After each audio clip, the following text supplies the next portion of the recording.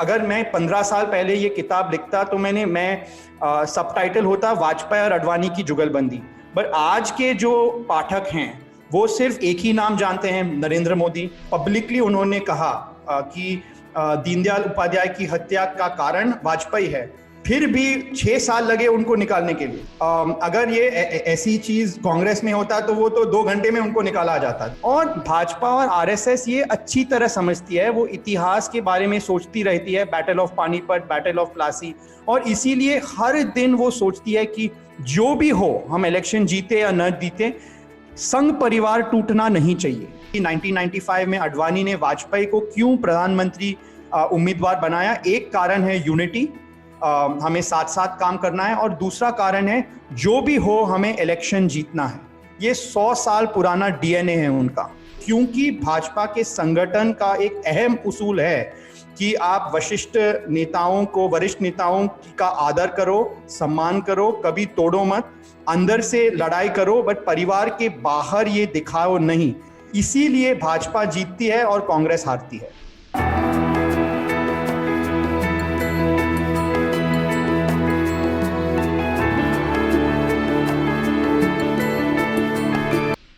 नमस्ते, मेरा नाम सौरभ द्विवेदी है। ये लल्लन टॉप का किताबों से जुड़ा प्रोग्राम है जिसका नाम है किताब वाला। किताब वाला में आज की किताब है जुगलबंदी।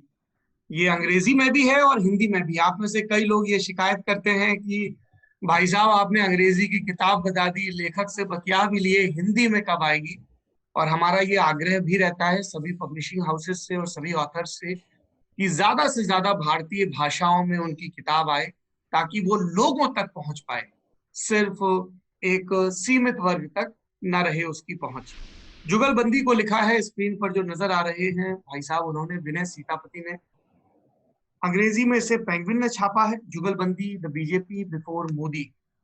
और इसकी कीमत हार्ड बाउंड की 799 रुपए है। आई एम श्योर इसके किंडल एडिशन और पेपर बैग की कीमत कम होगी। हिंदी में ये किताब पेंगुइन और हिंद पॉकेट बुक्स, उनका एक संयुक्त उपक्रम है, साझा उपक्रम उन्होंने छापी है। नीलम भट्ट और सुबोध मिश्र ने अनुवाद किया है विनय की इस किताब का, और हिंदी में इस किताब की कीमत है 350 रुपए। तो देखिए, भारतीय भाषाओं का चलो किताब की कीमत भी कम हो गई, ताकि ज्यादा लोगों तक इसकी रीच हो। इसके बारे में हम विनय से बात करेंगे। और विनय का सीवी बहुत जबरदस्त है। इन्होंने देश के सबसे प्रतिष्ठित law institute, national law institute Bangalore से पढ़ाई की, फिर हार्वर्ड के जरिए हार्वर्ड में पहुंचे, वहां पर हार्डवर्क के जरिए हार्वर्ड में पहुंचे और वहां पर और आगे की पढ़ाई की, और फिर प्रिंसटन से पढ़ाई की, और अब पढ़ा रहे हैं एक और प्रसिद्ध यूनिवर्सिटी अशोका में। विनय की एक और किताब आ चुकी है इससे पहले, बायोग्राफी है पीवी नरसिम्हा राव की, and let me confess this, PV Narasimha Rao में हमारी खूब दिलचस्पी थी, हमने खूब उनके बारे में पूछ कर तलाश कर पढ़ा भी। पर जितने कंप्लीट ढंग से विनय ने हाफ लाइन में उनके बारे में लिखा, चाहे वो बहुत ही निजी किस्म के डिटेल हो, चाहे उनकी पॉलिटिकल समझ हो, पॉलिटिकल पैतरे हो, सोच हो, किस तरह से वो पॉलिटिशियन इवॉल्व होता है, किस तरीके से अपने पीक पर पहुंचता है, और फिर ढलान का रास्ता जो एक जीवन की अनिवार्य शर्त की तरह होता है प्राय, उसके बारे में लिखा। और अब ये दूसरी किताब आई है। दोनों ही किताबें बहुत शानदार हैं। अगर आपने हाफ लाइन नहीं पढ़ी है तो किताब वाला के तौर पर आई स्ट्रांगली रेकमेंड कि आप उस किताब को भी जरूर पढ़ें। और जुगलबंदी तो है ही कमाल की। तो बहुत बहुत स्वागत है किताब वाला में आपका, विनय सीतापति जी। और थैंक यू सौरभ। ये बस मैं यही कहना चाहता हूँ कि ऑफलाइन का अनुवाद भी हिंदी में हुआ है, उसका नाम है आधा शेर। ऑक्सफोर्ड यूनिवर्सिटी प्रेस ने किया था उसको, आधा शेर, और वो अमेजोन में वो भी आप खरीद सकते हैं वहां पे। तो दोनों किताबों का अनुवाद, और जो आपने पहली अभी जिक्र किया कि हिंदी या भारतीय भाषाओं में, अगर हालांकि कोई अंग्रेजी में लिखे भारत के बारे में, बट भारतीय भाषाओं में भी उनका अनुवाद होना चाहिए। मैं ये 100% मैं इस पे मैं एग्री करता हूँ। इसीलिए मैं अमेरिका छोड़ के भारत वापस ही आया, और मैं ये कोशिश कर रहा हूं कि 10 भाषाओं में जुगलबंदी का अनुवाद हो। अब तो 3 भाषाओं में हो चुका है, तेलुगु, इंग्लिश और हिंदी। अब मराठी, तमिल होने वाला है। तो मैं ऐसे दुआ करता हूँ कि मेरा टारगेट है 10 भाषाओं में अनुवाद होना। Vinay, before we start talking about this book, I want to request whenever you feel uncomfortable, you can switch from Hindi to English because Hindi is not your neither mother tongue nor. नहीं, मैं कोशिश करूंगा। आडवाणी ने प्रयास किया तो मैं भी कर सकता हूँ। वो भी मेरे तरह मकौले पुत्र थे। वो 18 साल के थे जब भी, तभी उनको हिंदी, वो उसके पहले वो सिर्फ अंग्रेजी बोलते थे या थोड़ा बहुत सिंधी बोलते थे। अगर वो कर सकते हैं तो मैं भी कोशिश करूंगा। वो तो उन्होंने हिंदी बोल बोल के रथ यात्रा पे चढ़ के इलेक्शन जीता, मैंने वो सब नहीं किया, पर प्रयास तो मैं भी करूंगा। बिल्कुल। सबसे पहले ये बताइए कि आपकी किताबों के टाइटल बहुत दिलचस्प होते हैं। These are not regular titles. Half line, and you have explained कि क्यों मैंने ये नाम रखा। नरसिम्हा राव की पूरी पॉलिटिक्स को डिपोर्ट करते हुए। इन द सेम वे जुगलबंदी। तो ये नॉमेनक्लेचर का प्रोसेस क्या रहता है? पहली बात सौरभ ये है कि मेरा जो बड़ा भाई है वो मार्केटिंग में है, हिंदुस्तान लीवर में काम करता है, और वो मेरे ख्याल से सबसे बेहतरीन मार्केटियर जो मैंने देखा है। और वो कहता है कि अगर तुम 3 साल किताब के अध्ययन और शोध में तुमने बिताया तो 1 साल सिर्फ टाइटल में बिताना जरूरी है। ओके। कहता है क्योंकि एक तो लोग पढ़ेंगे, लोग उससे आकर्षित हो जाएंगे, और दूसरी बात है कि अगर तुम्हें अपने आप को टाइटल पता है, सब टाइटल पता है, तो तुम किताब को उस तरफ तुम शेप कर सकते हो। वरना किताब किसी भी जगह जा सकती है, किसी भी रास्ते पे जा सकती है। अगर तुम्हें टाइटल और सब टाइटल शुरुआत में ही पता है तो वो डिसिप्लिन होता है कि, तो इसीलिए जैसे कि इस किताब में आप देखिएगा कि इस किताब में 2 नरेटिव्स हैं। एक प्रत्यक्ष है जो वाजपेयी और अडवाणी की जुगलबंदी, और एक अप्रत्यक्ष है कि भाजपा की स्थापना कब हुई, हिंदू राष्ट्रवाद क्यों जीतती है, ये तो बैकग्राउंड में है। तो अगर मैंने ये जुगलबंदी टाइटल नहीं दिया होता, ठीक है, मेरा पहला टाइटल था फर्स्ट ब्लूम अंग्रेजी में, क्योंकि कमल का पहला खिलना, ठीक है, अब तो दूसरी बार खिल रही है, तो the first Bloom of the lotus मेरा टाइटल था। अगर वो टाइटल बनता तो फिर मैं अडवाणी और वाजपेयी के बारे में कम और भाजपा के बारे में ज्यादा लिखता, और ये किताब जरूर कम बिकती, क्योंकि हम दोनों जानते हैं कि लोग आइडियाज पे कम जोर देते हैं, लोगों पे ज्यादा जोर देते हैं। तो इसीलिए मुझे पाठकों को भाजपा के बारे में, हिंदू राष्ट्रवाद के बारे में मुझे वो कहना है। पर अगर मैं सिर्फ वो कहता तो बारी सन्स के 15 लोग पढ़ेंगे और लोग नहीं पढ़ेंगे। इसीलिए मैंने इन किरदारों के माध्यम से इस कहानी कही है, और उसके लिए ये टाइटल बहुत जरूरी था। और मैंने 1 साल में सिर्फ वही सोचता रहा। फिर क्योंकि ये भी है सौरभ की जुगलबंदी तो हिंदी शब्द है और ये अंग्रेजी किताब है, तो फिर मैं सोच रहा था कि अगर ये यूएस और यूके में इसका प्रकाशन होगा तो लोग क्या जुगलबंदी समझें कि नहीं। फिर किसी ने मुझे कहा कि जुगाड़ जो शब्द है हिंदी शब्द है, बट लोग अभी अंग्रेजी में भी इस्तेमाल करते हैं, और ये अभी एक भारतीय शब्द बन गई है। वो तो ये कल्पना है कि जुगलबंदी भी ऐसी भारतीय शब्द बनेगी अंग्रेजी में भी। अगर आप हाफ लाइन के बारे में बात करेंगे, आधा शेर, तो वो मेरी पहली किताब थी, मैं शोध कर रहा था, और फिर 3-4 महीने बाद मैं अपने आप से मैंने पूछा कि आप नरसिम्हा राव के चरित्र के बारे में अगर तुम एक वाक्य में उसका सारांश करना चाहते हो तो क्या होगा। और मैं सोच रहा था, और मैंने अंग्रेजी में कहते हैं 50-50, वो 50-50 आदमी था। वो झूठ भी बोलता था, ठीक है, वो ईमानदार भी था, वो पैसे भी लेते थे, पर वो खुद के लिए पैसे नहीं लेते थे, इसके लिए वो मिक्स्ड आदमी थे। और फिर मैंने सोचा कि उनका नाम भी नरसिम्हा है, तो नरसिम्हा अवतार में वो राक्षस को मारने के लिए एक 50-50 चाहिए ना। आपके जो दर्शक हैं वो तो कहानी को वो अच्छी तरह जानते हैं कि ना घर के अंदर ना घर के बाहर। तो इसीलिए मैंने उसको हाफ लाइन रखा, क्योंकि मैंने उस कहानी का मेन पॉइंट ये है कि क्योंकि नरसिम्हा राव ये थोड़ा झूठ भी बोल सकते हैं, सच भी बोल सकते हैं, वो जानते हैं कि जीत कैसी होती है, वो जानते हैं कि कभी कभी हारना भी जरूरी है, जो हमारे आज के प्रधानमंत्री नहीं जानते हैं कि कभी कभी हारना भी जरूरी है, ठीक है। वो नरसिम्हा राव वो भी समझते हैं, इसके लिए मैंने हाफ लाइन रखा, और उनका नाम भी नरसिम्हा था, तो उसके लिए वो फिट हो गया। तो आपने पूछा टाइटल के बारे में, ये 3 साल के लिए मैं जुगलबंदी पे मैंने शोध किया, और उसमें से 1 साल सिर्फ टाइटल और सब टाइटल था। और जैसे कि आप दूसरी बात देखिएगा कि टाइटल और ये कहानी तो वाजपेयी और अडवाणी की जुगलबंदी पे है, ठीक है, उनकी साझेदारी पे है, पर टाइटल या सब टाइटल पे उनका नाम नहीं है। अगर मैं 15 साल पहले ये किताब लिखता तो मैं सब टाइटल होता वाजपेयी और अडवाणी की जुगलबंदी। बट आज के जो पाठक हैं वो सिर्फ एक ही नाम जानते हैं, नरेंद्र मोदी। वो न तो जानते हैं, वो दीनदयाल और श्याम प्रसाद मुखर्जी को छोड़िए, वो तो वाजपेयी और अडवाणी के बारे में भी नहीं जानते हैं।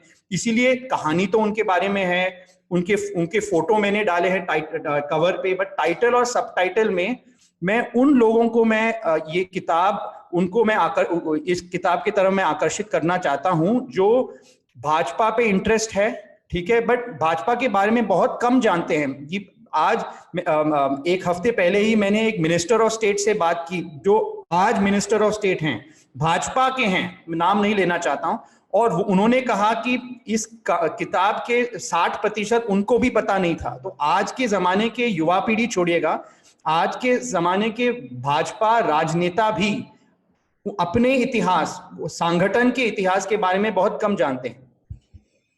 हाँ जी, एक चीज मुझे बड़ी दिलचस्प लगी इसमें विनय कि आपने हालांकि किताब का पूरा स्ट्रक्चर लार्जली लीनियर है, लेकिन इसकी शुरुआत जो आपने की है, एक तो वो बहुत दिलचस्प है। नवंबर 1995 मुंबई का अधिवेशन, शिवाजी पार्क का वो मैदान जहां पर आडवाणी ऐलान करते हैं कि वाजपेयी हमारे बीजेपी के 1996 के चुनाव के लिए प्रधानमंत्री पद के प्रत्याशी होंगे, जबकि तब तक वो जैन हवाला डायरी नहीं आई थी।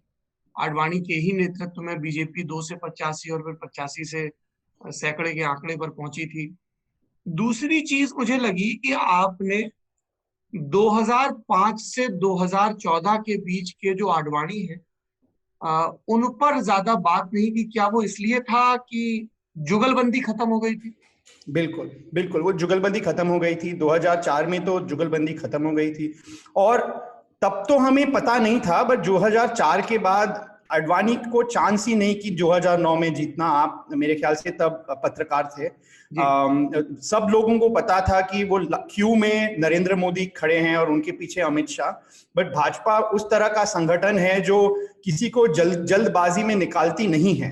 आपने किताब में पढ़ा होगा कि बलराज मधोक ने 1968 में पब्लिकली उन्होंने कहा कि दीनदयाल उपाध्याय की हत्या का कारण वाजपेयी है। फिर भी 6 साल लगे उनको निकालने के लिए, 6 साल। अगर ये कांग्रेस में निकाला था मेरे ख्याल से कानपुर 73 हाँ बिल्कुल बिल्कुल, 5 साल लगे उनको निकालने में। अगर ये ऐसी चीज कांग्रेस में होता तो वो तो 2 घंटे में उनको निकाला जाता, 2 घंटे में। तो इसीलिए मैंने ये सोचा कि 2004 में खत्म करें। वाजपेयी अडवाणी की जुगलबंदी की तो 100% समाप्ति है। वो इंडिया शाइनिंग कैंपेन में वो हारे और सोनिया गांधी मनमोहन सिंह आ गए, इसीलिए मैंने खत्म कर दिया। और दूसरी बात ये भी है सौरभ की मैं एक अध्यापक हूँ, मैं अशोका यूनिवर्सिटी में मैं पॉलिटिकल साइंस पढ़ाता हूँ। आपके तरह मैं तो 2-3 साल जर्नलिस्ट रहा, मैं पॉलिटिशियंस को जानता नहीं हूँ, मैंने कुछ ऐसे देखा नहीं है, मैं साक्षी तो नहीं हूं, मैं लोगों का साक्षात्कार करता हूं और डॉक्यूमेंट्स देखता हूं। अगर इसीलिए 20 या 25 साल की दूरी मेरे लिए जरूरी है। ये दूसरा कारण था कि क्योंकि अगर लोग कहते हैं कि आपने वो पहले वाले जुगलबंदी के बारे में लिखा, आपने नरेंद्र मोदी और अमित शाह के बारे में क्यों नहीं लिखा? और कारण ये है कि कौन सच्चाई बताएगा, कौन बताएगा मुझे? सब लोग डरे हुए हैं, कोई नहीं बताएगा। अपना पर्सनल डायरी कौन देगा मुझे? मैं वो किताब के आखिरी अगर वाक्य को आप देखेगा तो मैं कह रहा हूं कि हर फूल कभी तो कभी मुरझाएंगे, और ये मोदी और अमित शाह कभी तो कभी वो निकलेंगे राजनीति से, तब मैं इनके बारे में लिखूंगा। तो दूसरा कारण ये था कि मुझे 20-25 साल का डिस्टेंस जरूरी है लिखने के पहले, वरना मुझे ये प्रूफ या रिसर्च करने में काफी दिक्कत होती है। लोग बात नहीं करते हैं, डॉक्यूमेंट्स नहीं देते हैं, और ये मेरे लिए बहुत जरूरी है क्योंकि आपने ये देखा होगा कि ये तो 400 पृष्ठों की किताब है, पर उनमें से सिर्फ 100 पेज सिर्फ फुटनोट हैं, 1800 फुटनोट है।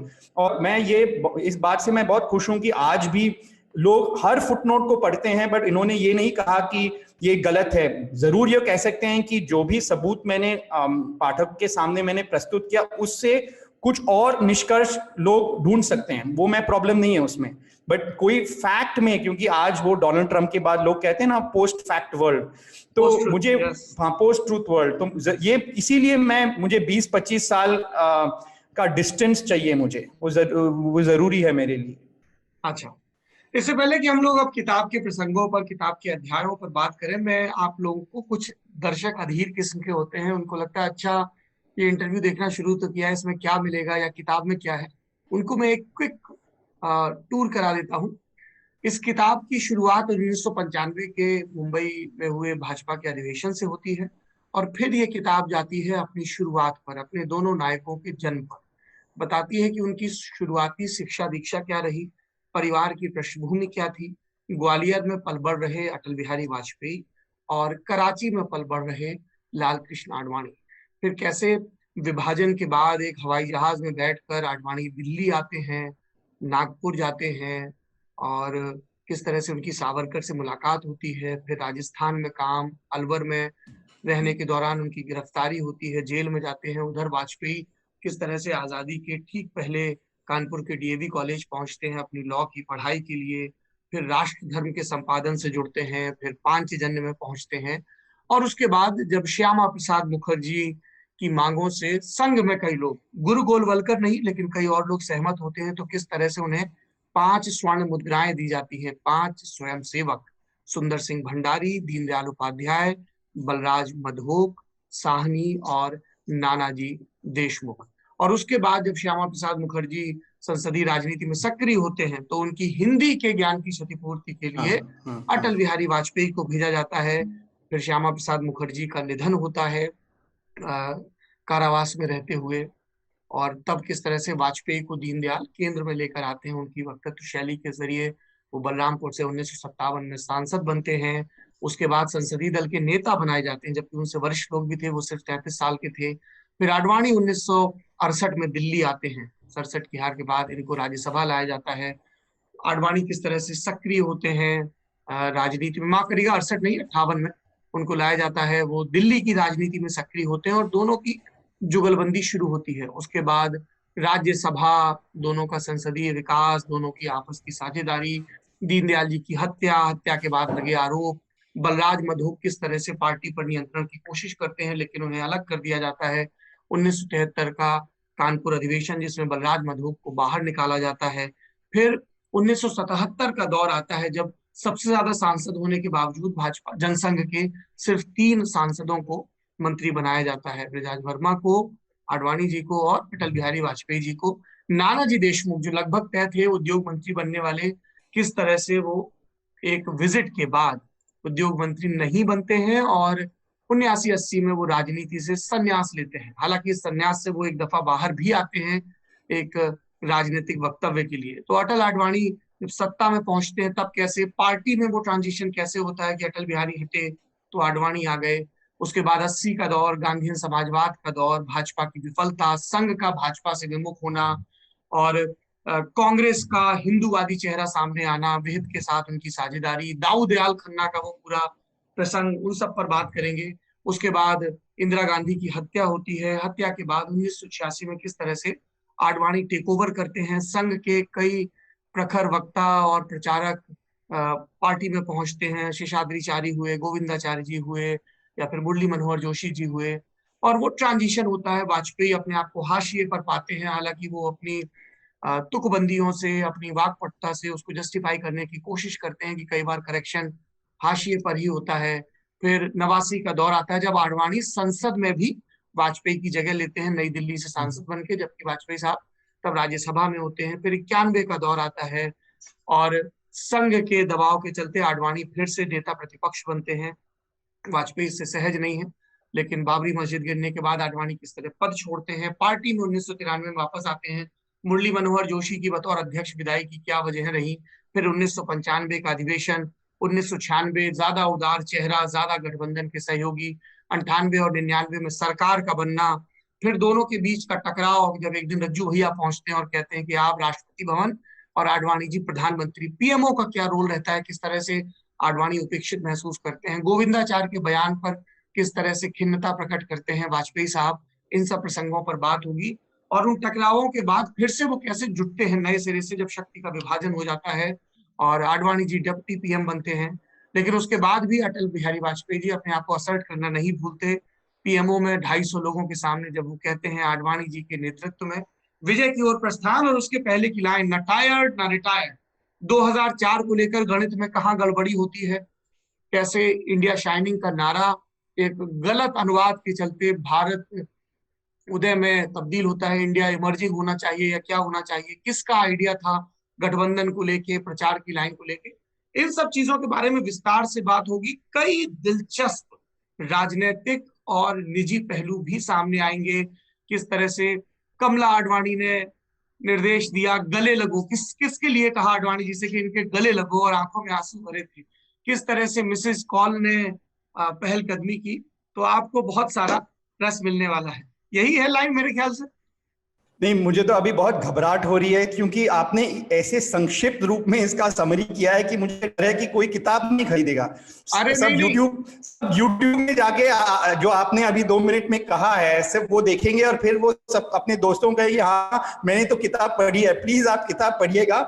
जो भी ऐसी, सौरभ ने बहुत अच्छी तरह उन्होंने पढ़ा है, उन्होंने संक्षिप्त रूप में समरी दिया है, बट इसका मतलब नहीं है कि आप किताब को मत पढ़िएगा ऐसे, प्लीज। बिल्कुल, ये टीजर और ट्रेलर है एक शानदार किताब का, और अगर आपको ये प्रेरित नहीं कर रहा है किताब पढ़ने के लिए, तो फिर मुझे इस बात में संदेह है कि आपको किताबों से और भारतीय राजनीति से अनुराग है। ये मैं आपको इसलिए बता रहा हूँ ताकि आपको पता चले कि आगे हम किन किन किरदारों, किन किन घटनाओं के बारे में, किन किन अनछुए पहलुओं के बारे में बात करने वाले हैं। तो शुरुआत करते हैं मैंने सबसे पहले 1995 का मुंबई अधिवेशन, जिसके बाद गोविंदाचार्य गुस्से में आडवाणी जी के कमरे में दाखिल होते हैं। तो सौरभ, आप भी पत्रकार रहे हैं, मैं भी पत्रकार था 3 साल के लिए, और जब भी मैं लिखता था तो मेरे जो बॉस थे वो उन्होंने कहा कि लीड बहुत जरूरी है। लीड, पहला पैराग्राफ बहुत जरूरी है, क्योंकि वो पढ़ते पढ़ते जो पाठक हैं वो डिसाइड करते हैं कि क्या वो आगे पढ़ें या न पढ़ें। तो कहानी जो मेरी है वो 1920 से 2004 से है, बट मुझे ऐसे डर था कि अगर मैं 1920 से शुरू करूं, 1920 के चुनाव से शुरू करूं, तो जो पाठक हैं वो कहेंगे ये तो बोर है। इसीलिए वो पहला चैप्टर जो है, मैं सोच से मैंने कहा कि इन 100 सालों में का कहानी तो 100 साल की है, मैं क्या कहना चाहता हूं, और क्या एक स्टोरी मैं निकाल सकता हूं कहानी किताब से, जहां पे इन 2 मुख्य बिंदु जो मैं कहना चाहता हूं वो है। और कहानी किताब के 2 मुख्य बिंदु हैं। एक तो भाजपा इसलिए जीतती है कि वो कभी टूटती नहीं है। वो हम सब भारतीय अपने आप को सुपरस्टार समझते हैं। आपने ये चुटकुला तो सुना होगा कि ये भारतीय मखड़ी के बारे में, कि कोई जाता है हिंदू मखड़ी खरीदने के लिए, बाजार जाता है और वहां देखता है कि सभी मखड़ी डब्बे हैं और डब्बा बंद है, पर एक डब्बा खुला हुआ है। और जब वो सेठ से पूछता है कि ये डब्बा खुला हुआ क्यों है, मकड़ी तो बाहर निकलेगी, वो कहता है कि नहीं नहीं, ये तो हिंदुस्तानी मकड़ी है, अगर एक ऊपर जाने का प्रयास करता है तो बाकी सब उनको नीचे खींचती है। ये हमारी राष्ट्रीय चरित्र है। और भाजपा और आरएसएस ये अच्छी तरह समझती है, वो इतिहास के बारे में सोचती रहती है, battle of Panipat, battle of Plassey, और इसीलिए हर दिन वो सोचती है कि जो भी हो, हम इलेक्शन जीते या न जीते, संघ परिवार टूटना नहीं चाहिए। और ये जो मैं कहानी की शुरुआत में करता हूं कि आडवाणी, सब लोग समझते थे कि आडवाणी प्रधानमंत्री बनेंगे, 1995 की बात है। पिछले 10 साल से एक कटर रास्ते पे भाजपा चल रही है, अयोध्या वगैरह, और उन 10 सालों में वाजपेयी तो संन्यास नहीं, बट वो उनका साइडलाइन हुआ है। फिर भी आडवाणी को ये पता है कि अपने आप, जो अभी 1996 में इलेक्शन आने वाली है, अपने आप भाजपा तो 200 सीट से ज्यादा नहीं मिलने वाले है, अलायंस की जरूरत है, कोalition अलायंस की जरूरत है, और उसके लिए उनको वाजपेयी की जरूरत है, क्योंकि वाजपेयी मॉडरेट थे, उदारवादी थे, लिबरल थे, और इसीलिए उन्होंने अपने अहम को नीचे करते हुए वाजपेयी को प्रधानमंत्री उम्मीदवार बनाया। और ये मेरे ख्याल से बहुत अच्छी उदाहरण है जिससे हम हमें ये पता चलता है कि भाजपा और आरएसएस जीतती क्यों है। मेरा ये मानना नहीं है कि वो जीतती है क्योंकि भारत में 80% लोग हिंदू हैं और हिंदू बहुसंख्य हैं, क्योंकि हालांकि हिंदू बहुसंख्य है, किसान भी बहुसंख्य है हिंदुस्तान में, बहुजन भी बहुसंख्य है हिंदुस्तान में। सो फर्क यही है कि भाजपा में संगठन है, और संगठन का सबसे अहम मूल ये है कि वो कभी टूटती नहीं है। तो इसीलिए मैंने ये इस कहानी से मैंने शुरुआत की कि बात तो सही है कि अगर अडवाणी मुख्य प्रधानमंत्री बनते तो बहुत कम एलाइज आते, बट वो तो प्रधानमंत्री तो बनते हैं। हम तो जानते हैं कि चरण सिंह भी बहुत कम दिन मुख्य प्रधानमंत्री थे, पर जब वो मरे तो लोगों ने कहा कि पूर्व प्रधानमंत्री मरे। आज आप देखिएगा तो अडवाणी न तो पूर्व राष्ट्रपति बनेंगे ना तो पूर्व प्रधानमंत्री बनेंगे, पर तब शक्ति उनके पास था, तब सत्ता उनके पास, और वो सत्ता के बहुत पास थे। इसीलिए मैंने उस कहानी से शुरू किया। और दूसरा जो दूसरी मुख्य बिंदु जो इस किताब में एक 1920 से 2004 तक चलती है कि आरएसएस और भाजपा चुनाव से, उनका सृजन चुनाव से हुआ है। उस चुनाव के पहले हिंदू राष्ट्रवाद नहीं था, चुनाव के कारण ही हिंदू राष्ट्रवाद का आरंभ हुआ है। चुनाव को देखते देखते ही सावरकर ने हिंदुत्व के बारे में लिखा और इसीलिए वो जीतते हैं। और ये तो आप आज भी देखिएगा, आप बंगाल में देखिएगा कि भाजपा कितनी जबरदस्त लड़ाई कर रही है वहां पे। बस 2 महीने पहले एक हैदराबाद म्युनिसिपल इलेक्शन के लिए जेपी नड्डा, सबसे दिग्गज भाजपा के बड़े बड़े दिग्गज वहां गए चुनाव आंदोलन के लिए, और ये उनके डीएनए में है, ये 100 साल पुराना है। और आप अगर आप पूछेंगे कि 1995 में अडवाणी ने वाजपेयी को क्यों प्रधानमंत्री उम्मीदवार बनाया, एक कारण है यूनिटी, हमें साथ साथ काम करना है, और दूसरा कारण है जो भी हो हमें इलेक्शन जीतना है। ये 100 साल पुराना डीएनए है उनका। अच्छा विनय, एक बात बताइए कि इस किताब की रिसर्च के दौरान आपने कई आरएसएस के लोगों से, बीजेपी के लोगों से और स्कॉलर से बात की।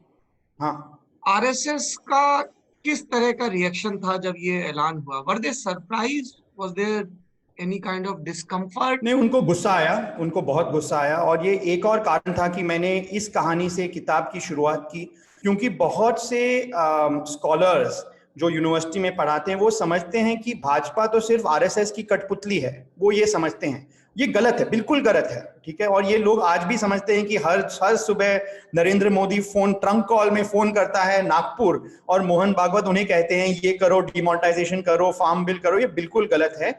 वो साथ साथ भी हैं, बट जो हम गवर्नेंस कहते हैं उसका 80% गवर्नेंस आरएसएस में उसको कोई भी रुचि नहीं है, बिल्कुल कोई रुचि नहीं है। कि अगर आप पूछिएगा कि आरएसएस का फॉरेन पॉलिसी क्या है, कि अर्थव्यवस्था के बारे में उनका क्या पॉलिसी है, तो बिल्कुल नहीं है।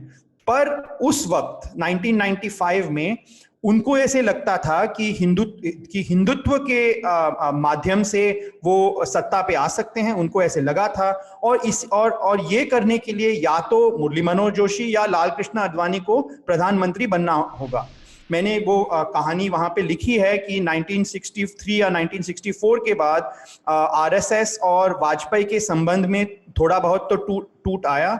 और 1980 में जब वाजपेयी ने भाजपा, भारतीय जनता पार्टी की उन्होंने स्थापना किया, तो तभी वाजपेयी ये चाहते थे कि भाजपा और आरएसएस एक दूसरे के साथ काम नहीं करे, वो ये चाहते थे। इसीलिए उन्होंने नए पार्टी का नाम जनसंघ नहीं रखा, उन्होंने भारतीय जनता पार्टी रखा, क्योंकि उनके गुरु, भारतीय जनता पार्टी के गुरु, वो उन्होंने खुद कहा दीनदयाल उपाध्याय नहीं है, जयप्रकाश नारायण है। तो तब से आरएसएस वाजपेयी को बिल्कुल पसंद नहीं करते थे। 1986 में उन्होंने वाजपेयी को निकाला पार्टी अध्यक्ष से, और अडवाणी बन गए पार्टी अध्यक्ष।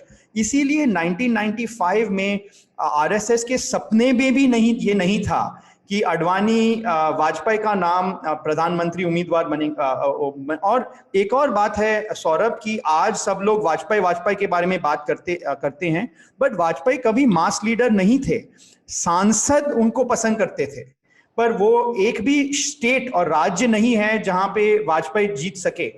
विजय राजे सिंधिया मध्य प्रदेश जीत सकती थी, भैरव सिंह शेखावत राजस्थान जीत सकते थे, ना तो वाजपेयी ना तो अडवाणी मास लीडर थे वैसे। और अगर अडवाणी ने अपना नाम आगे रखा तो आम जनता कुछ नहीं बोलती। सब लोगों ने 1995 में सब लोगों ने वाजपेयी को भुला दिया है। लोग सोचते थे कि अभी वाजपेयी रिटायर करने वाले हैं, और जब आरएसएस ने ये सुना तो वो बहुत गुस्से में से थे। बट क्योंकि जो भी हो वो संगठन को टूटना नहीं चाहते थे, इसीलिए वो चुप रहे।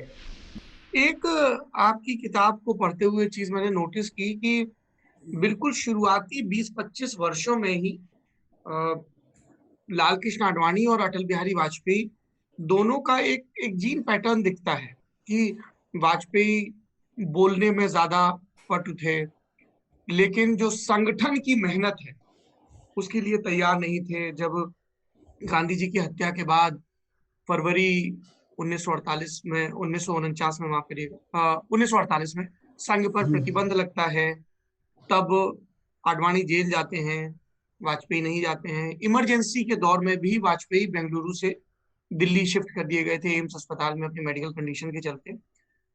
ये जो संगठन और सेंट्रल हॉल, इसका आपने बड़ी खूबसूरती से उस मेटाफर का इस्तेमाल किया है कि कैसे वो सेंट्रल हॉल के मिजाज को समझते थे।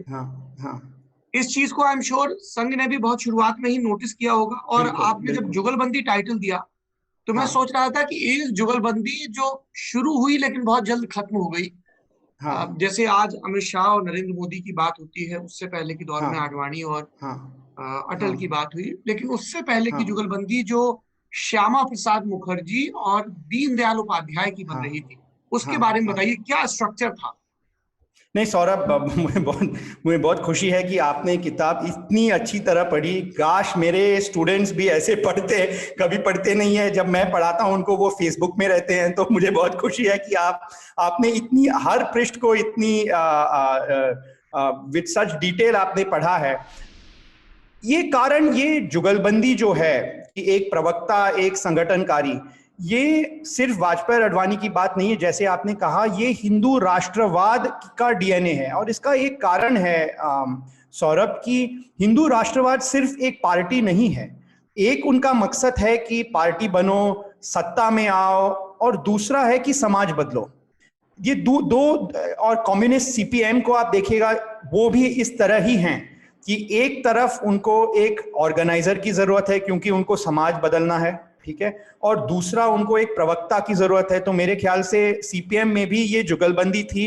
ज्योति बसु जो वो विधायक थे, जो असेंबली में बात कर सकते थे, अंग्रेजी बोल सकते थे, और एक प्रमोद दास गुप्ता थे जो जनरल सेक्रेटरी थे, जो बंगाली बोलते थे बट वो काडर के साथ रहते थे। तो जो जैसे हम विचारधारा वाली पार्टी कहते हैं ना, आइडियोलॉजी बेस्ड पार्टी, उनको ये दो तरह के किरदार की बहुत जरूरत है, कि एक प्रवक्ता और एक ऑर्गेनाइजर, एक जो संगठनकारी का काम कर सकता हो। इसीलिए बहुत सालों के लिए गोलवलकर और हेगड़ेवार उसके पहले ने कहा कि हम आरएसएस के हैं, हम सिर्फ समाज सुधार में रहेंगे, हमें पार्टी या चुनाव से कोई भी लेना देना नहीं है।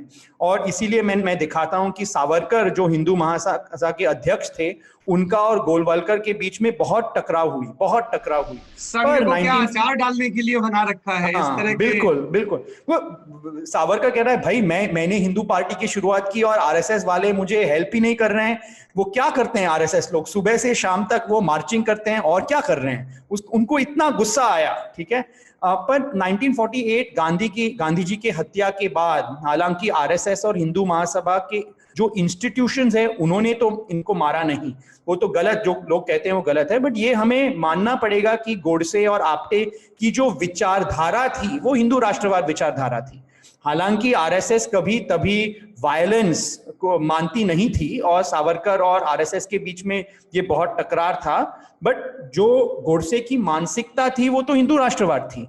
और इसीलिए सावरकर प्रोपोगेट कर रहे थे उस समय ज्यादा प्रमुखता से पॉलिटिकल फ्रंट पे। बिल्कुल। और 1948 के बाद 13 या 14 महीने के लिए मेरे ख्याल से आरएसएस को बैन किया गया।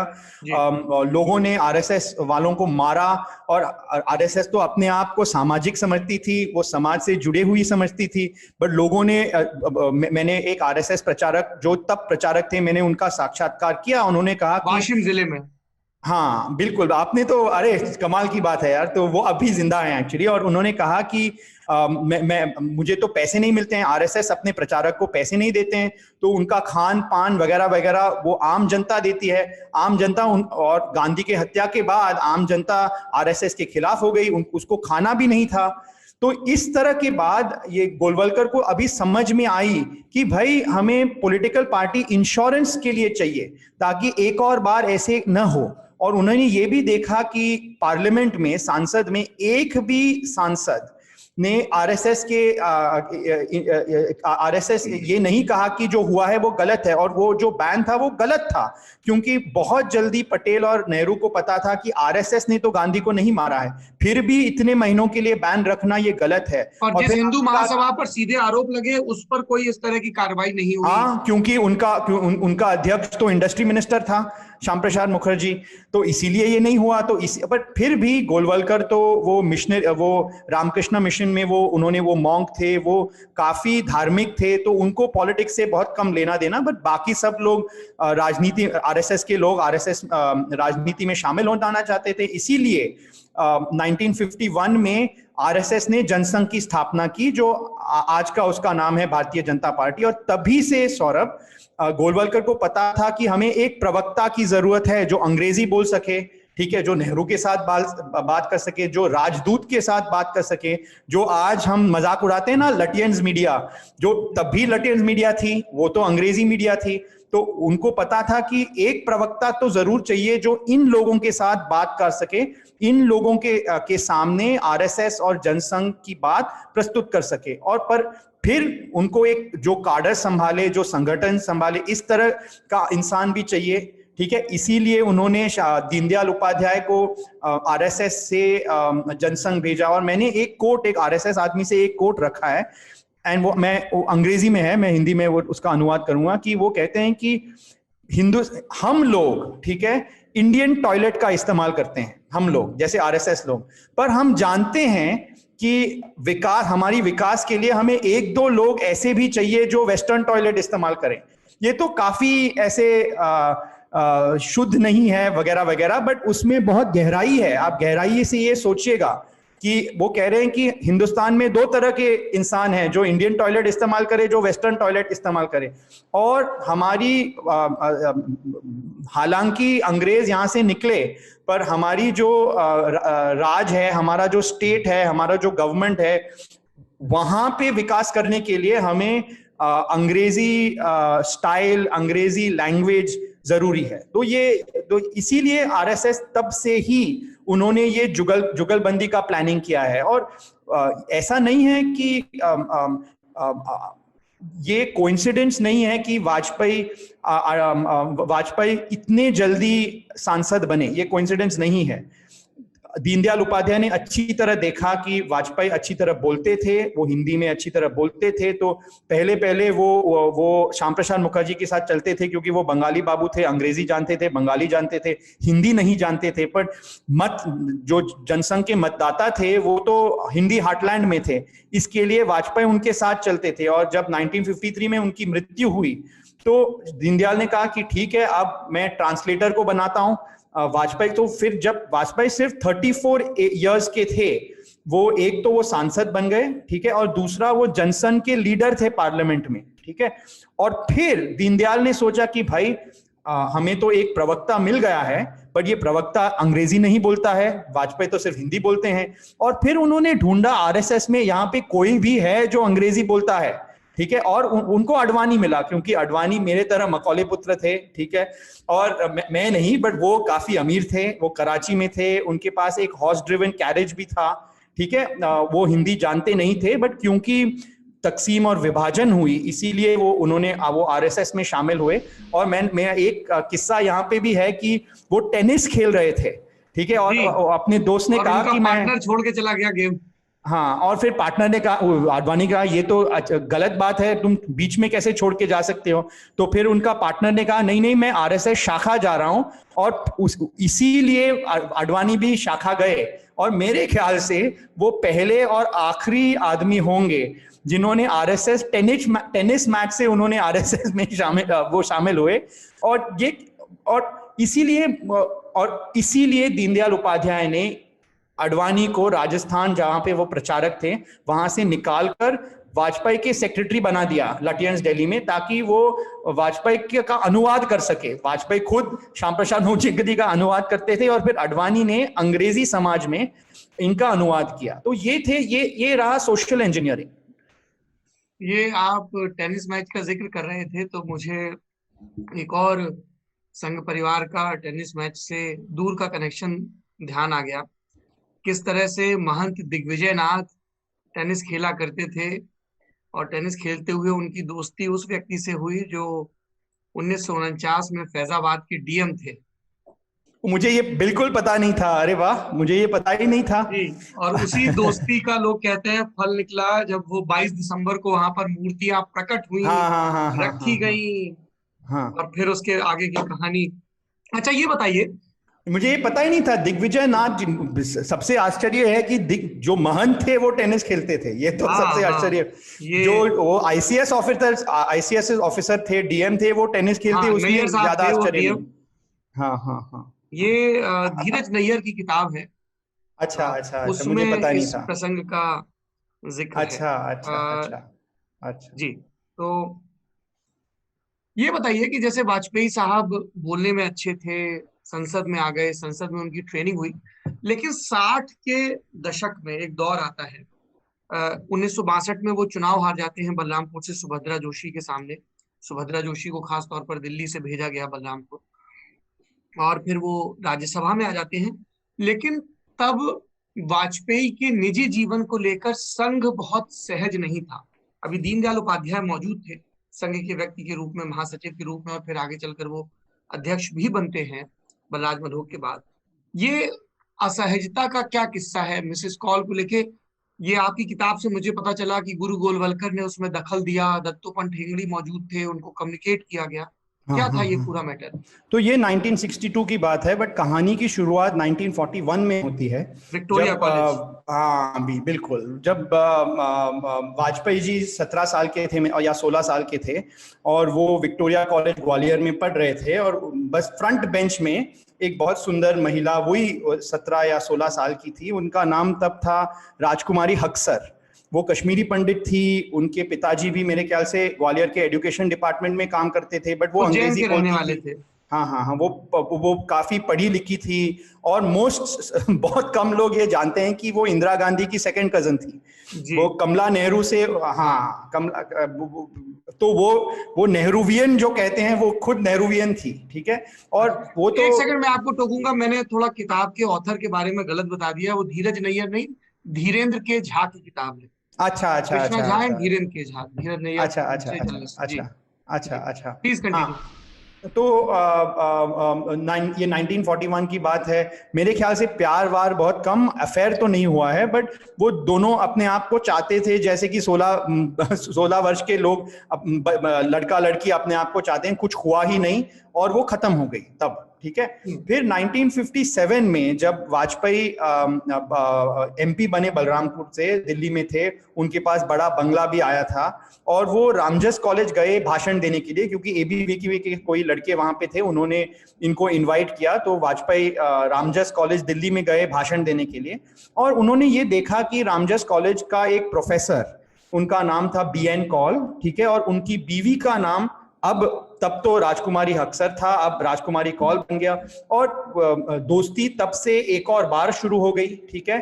और 5-6 साल बाद वो एक दूसरे के घर में भी रहने लगे, और फिर 10-15 साल बाद वो साथ वो रहे। ठीक है। मैं कैसे करूं? आई डोंट वांट टू से दिस इन अ सैलेशियस वे। ठीक है। प्रेम तो प्रेम है, तो हम क्यों निंदा करें उसकी? ठीक है। वो लोग, सब लोग वहां पे तो ठीक थे, तो हम क्यों बोले? क्योंकि ये काफी सेंसिटिव है, काफी सेंसिटिव बात है। तो मैंने बहुत सोचा कि कैसे लिखूं, और मैं ये दिखाना चाहता था कि ये नहीं कि वाजपेयी एक विवाहित महिला से उन्होंने प्रेम किया वगैरह वगैरह, वो किसी और की बात।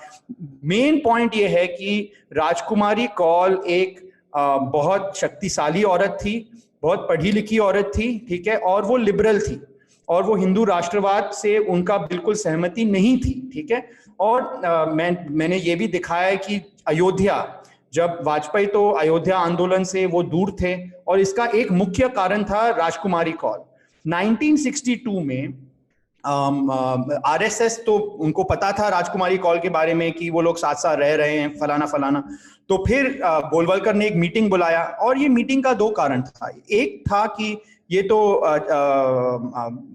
जनसंघ और आरएसएस के चरित्र के लिए ये ठीक नहीं है, ये एक कारण है। और दूसरा और महत्वपूर्ण कारण ये था कि राजकुमारी कौल एक लिबरल थी, वो हिंदू राष्ट्रवाद की उनकी विचारधारा हिंदू राष्ट्रवाद की नहीं थी। तो इसीलिए गोलवलकर ने वाजपेयी जी को कहा था कि आप ये रिश्ते को तोड़ दो, ठीक है।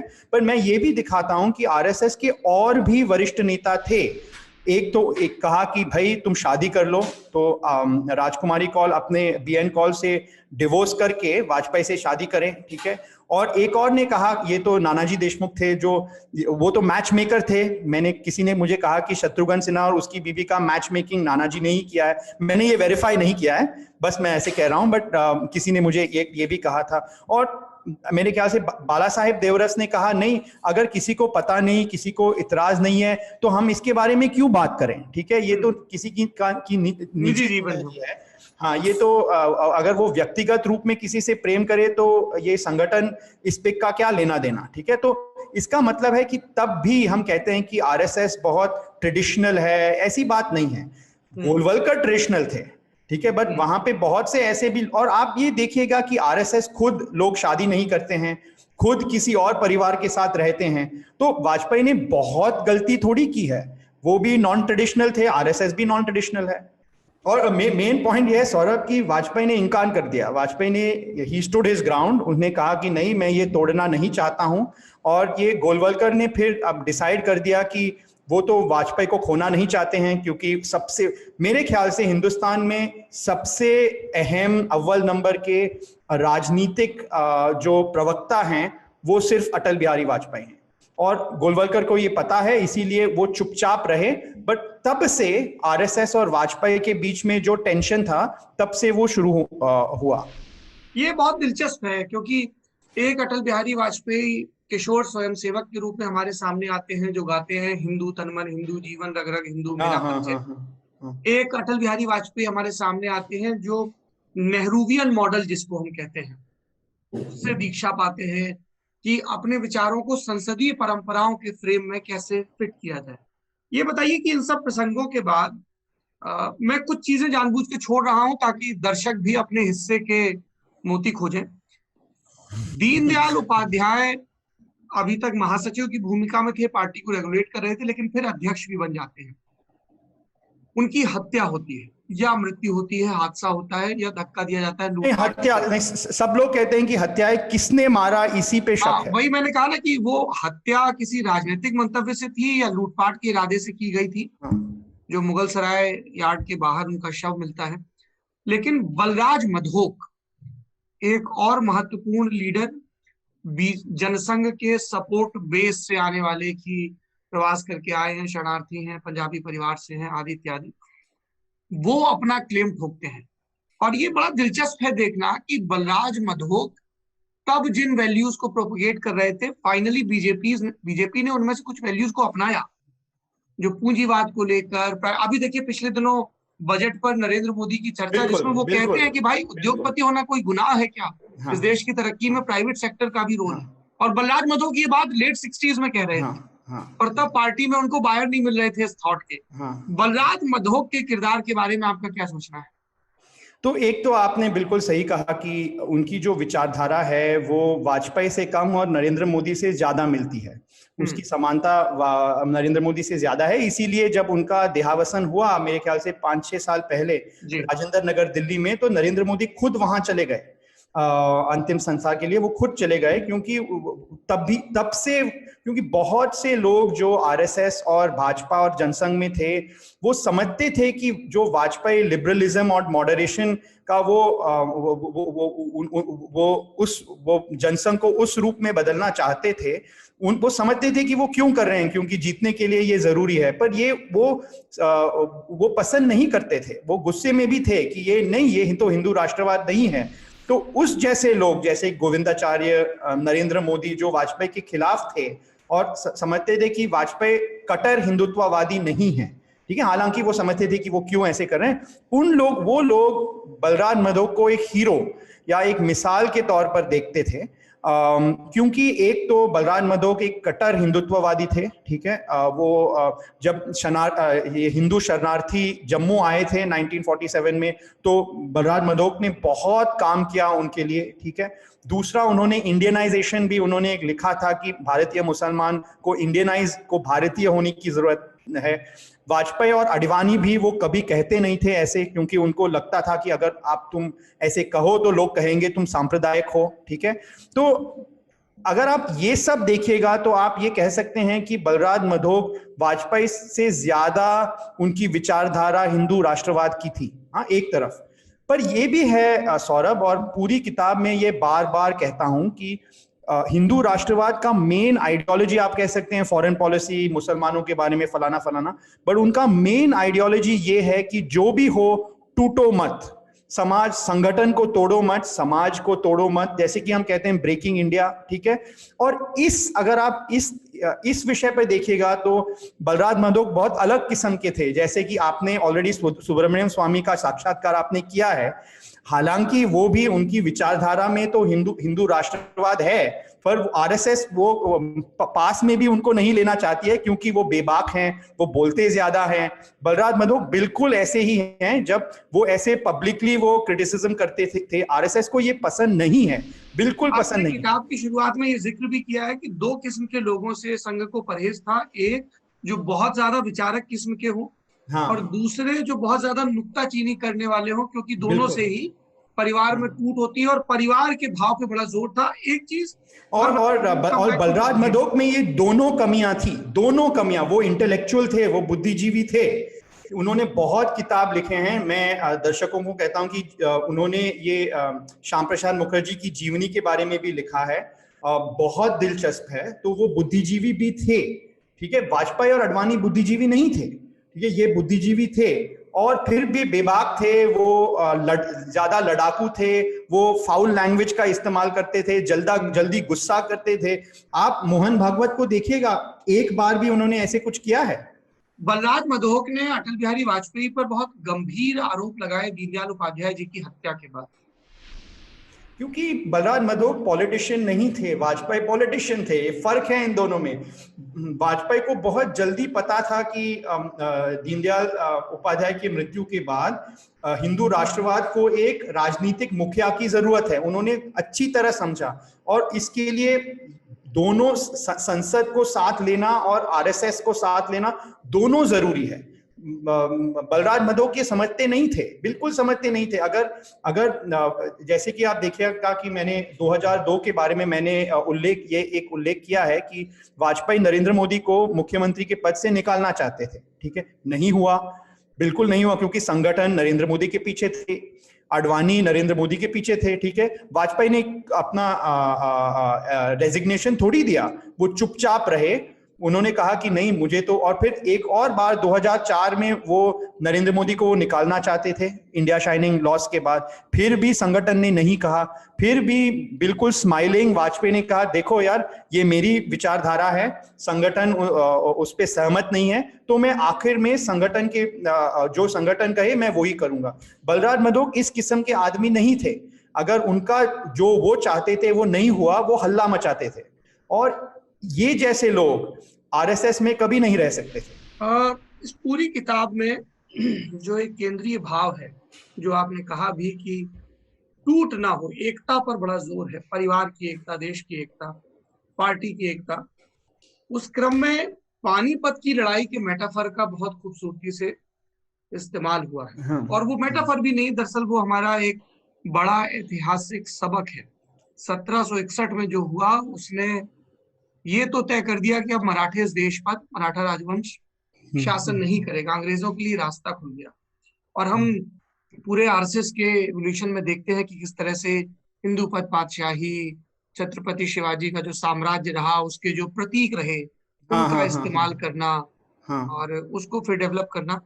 मैं आपसे ये जानना चाहता हूँ, क्योंकि इसमें किताब में आगे भी कई जगह जिक्र आता है टू मैनी सेनापति वाला, कई साहब भी जिक्र करते हैं, प्रबोध महाजन भी कई करते हैं हाँ, कि जब अटल बिहारी वाजपेयी सेनापति थे तो फिर उनसे जो आडवाणी तक का ट्रांजिशन होता है वो कितना स्मूथ था 70s अब में। उस देखो, अगर किसी को निकाला जाए और कोई और बने तो बिल्कुल स्मूथ तो नहीं कह सकते हैं, बट अगर कोई और पार्टी में हो तो वो तोड़फोड़ होती है, अलग पार्टी लोग बनाते हैं। वाजपेयी ने ऐसे नहीं किया।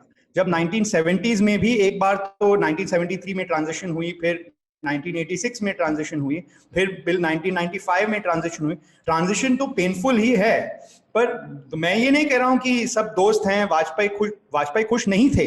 वाजपेयी को बहुत काफी चोट लगा कि मेरे ख्याल से 1991 में उनको लीडर ऑफ ऑपोजिशन नहीं, आरएसएस ने कहा कि अडवाणी को लीडर ऑफ ऑपोजिशन बनाओ, वाजपेयी को नहीं, क्योंकि 50 साल से वाजपेयी का एकमात्र उद्देश्य था कि मैं अपने पार्टी के लिए संसद में मैं बात करूं, ठीक है, मैं भाषण दूं। उनका और कोई वो नहीं चाहते थे। वो उनको अगर वोट मिले न मिले, अगर नागपुर क्या कहे, वो बिल्कुल, ये तो चोट तो लगा पर। और मैं ये भी दिखाता हूं कि बहुत बार कांग्रेस के नेता आए और वाजपेयी को कहा, you are a right man in wrong party, आप हमारे पक्ष में आ जाइए। और वाजपेयी कहते थे, जाएं भी तो जाएं कहां, ठीक है, वो हाँ, चुप ये बड़ा रहते थे। दिलचस्प है कि कांग्रेस चाहती थी कि अटल बिहारी वाजपेयी, राजीव गांधी चाहते थे कि अटल बिहारी वाजपेयी हाँ, उनकी पार्टी में आ जाएं, वीपी सिंह चाहते थे कि वो जनता दल में आ जाएं। हाँ, हाँ, हाँ, हाँ। अच्छा, तो फिर ये हम लोग थोड़ा सा फास्ट फॉरवर्ड तो करके। जी। सौरभ, मैं यही कह रहा हूं कि चोट तो सबको लगती है। मैं ये नहीं कहता हूं कि अगर वाजपेयी को निकाला गया 1986 में तो चोट तो लगेगी, हम सबको चोट। जो हम हिंदुस्तानी पानी पीते हैं, आरएस वही पानी पीती है, अलग तो पानी पीती नहीं है।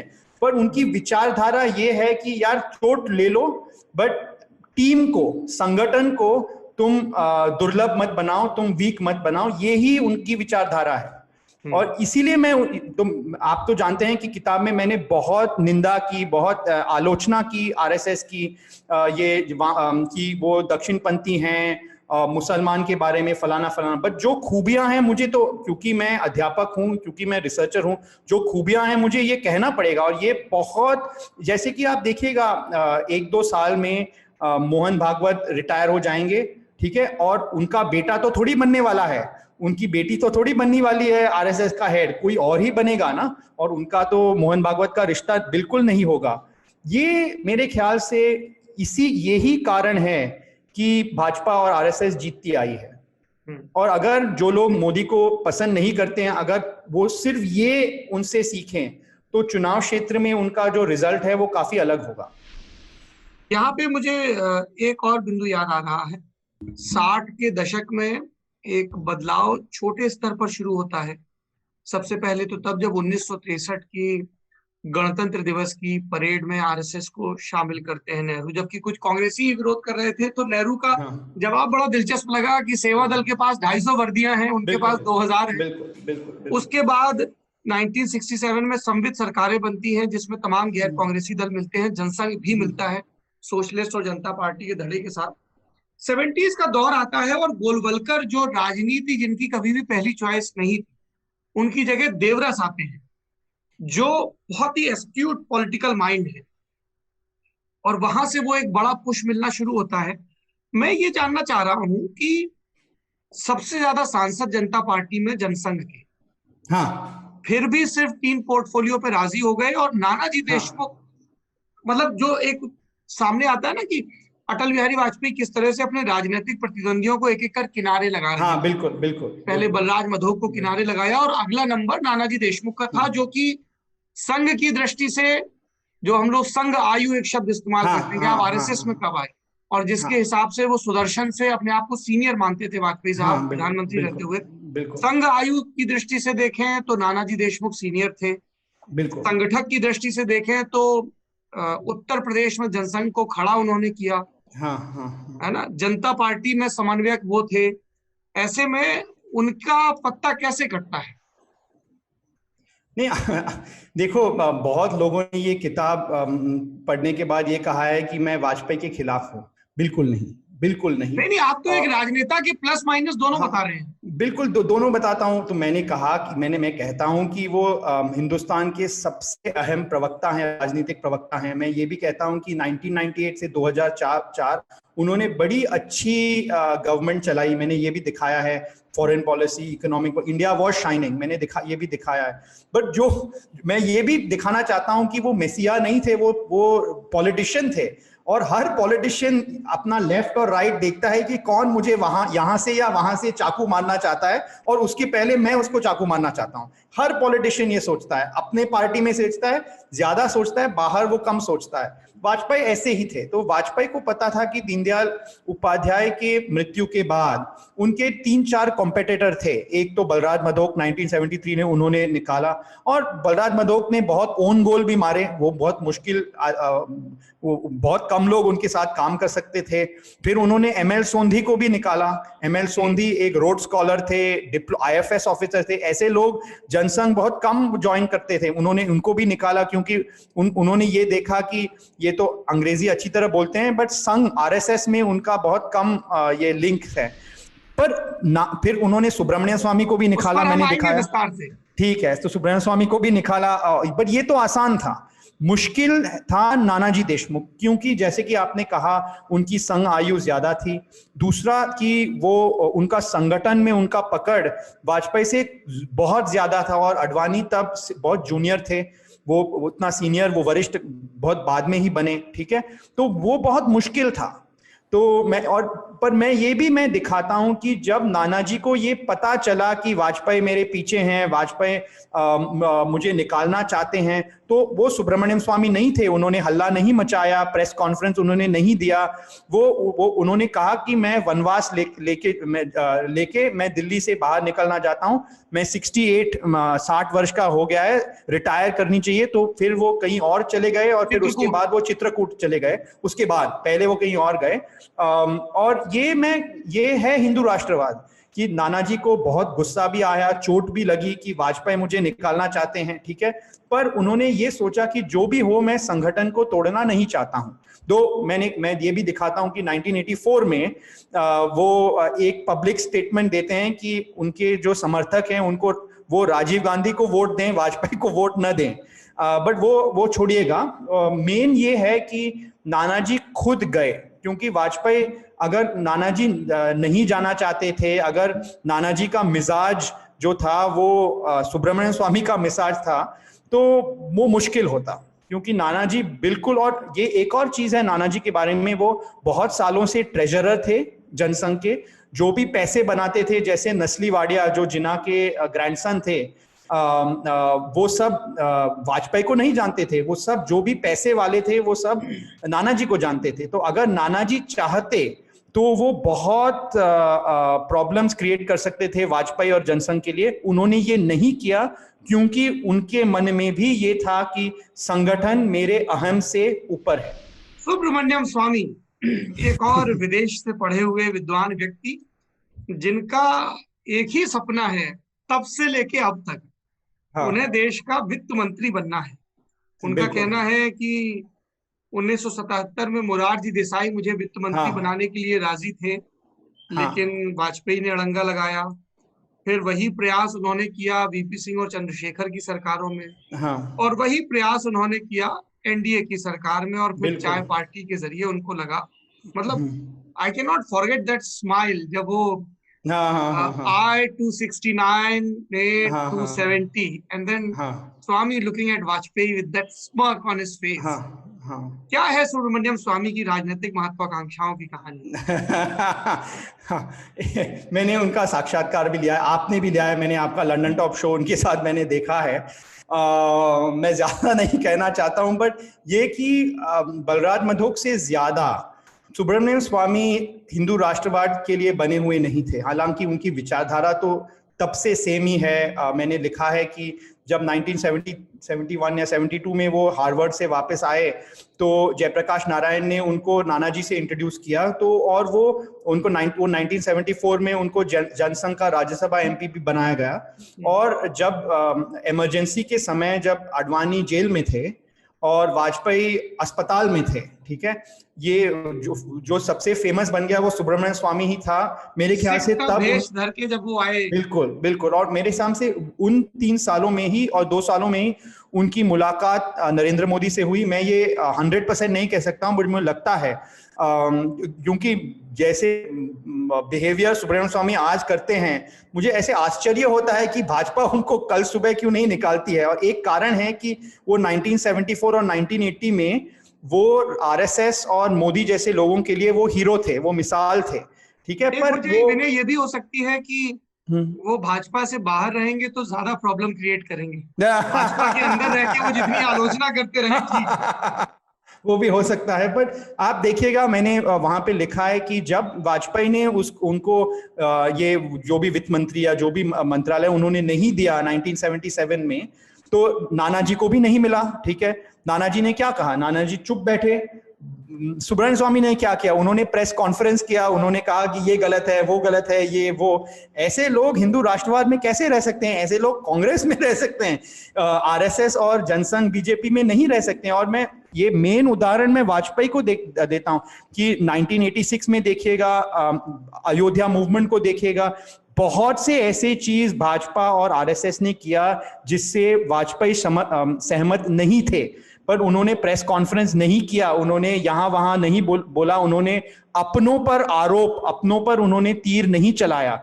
सुब्रमण्यम स्वामी इस पे स्पेशलिस्ट हैं, इसीलिए बहुत मुश्किल है इन जैसे। तो मैंने बहुत से आरएसएस लोगों से बात की, वो सुब्रमण्यम स्वामी का आदर करते हैं। वो कहते हैं कि अगर एक आदमी नेहरू गांधी परिवार के पीछे इतने सालों से पड़ा हुआ हो वो तो सुब्रमण्यम स्वामी है। पर वो कहते हैं कि ये जैसे लोग हम आरएसएस में नहीं रख सकते हैं। और मैंने स्वामी को ये भी बोला और उन्होंने कहा हाँ, बात तो सही है। दोहरी सदस्यता का मसला उठाते हैं मधु लिमये जैसे नेता। और बस एक बात, हम जो हिंदुस्तानी हैं, हम सब अपने आप को हर फिल्म का हीरो समझते हैं, हम हमेशा। तो ऐसे आप देखिएगा कि सुब्रमण्यम स्वामी एक एवरेज हिंदुस्तानी है, ठीक है। कि जो भी हो, इतिहास अगर आप लिखेंगे तो मेरे बिना तुम इतिहास कैसे लिख सकते हो, इस तरह।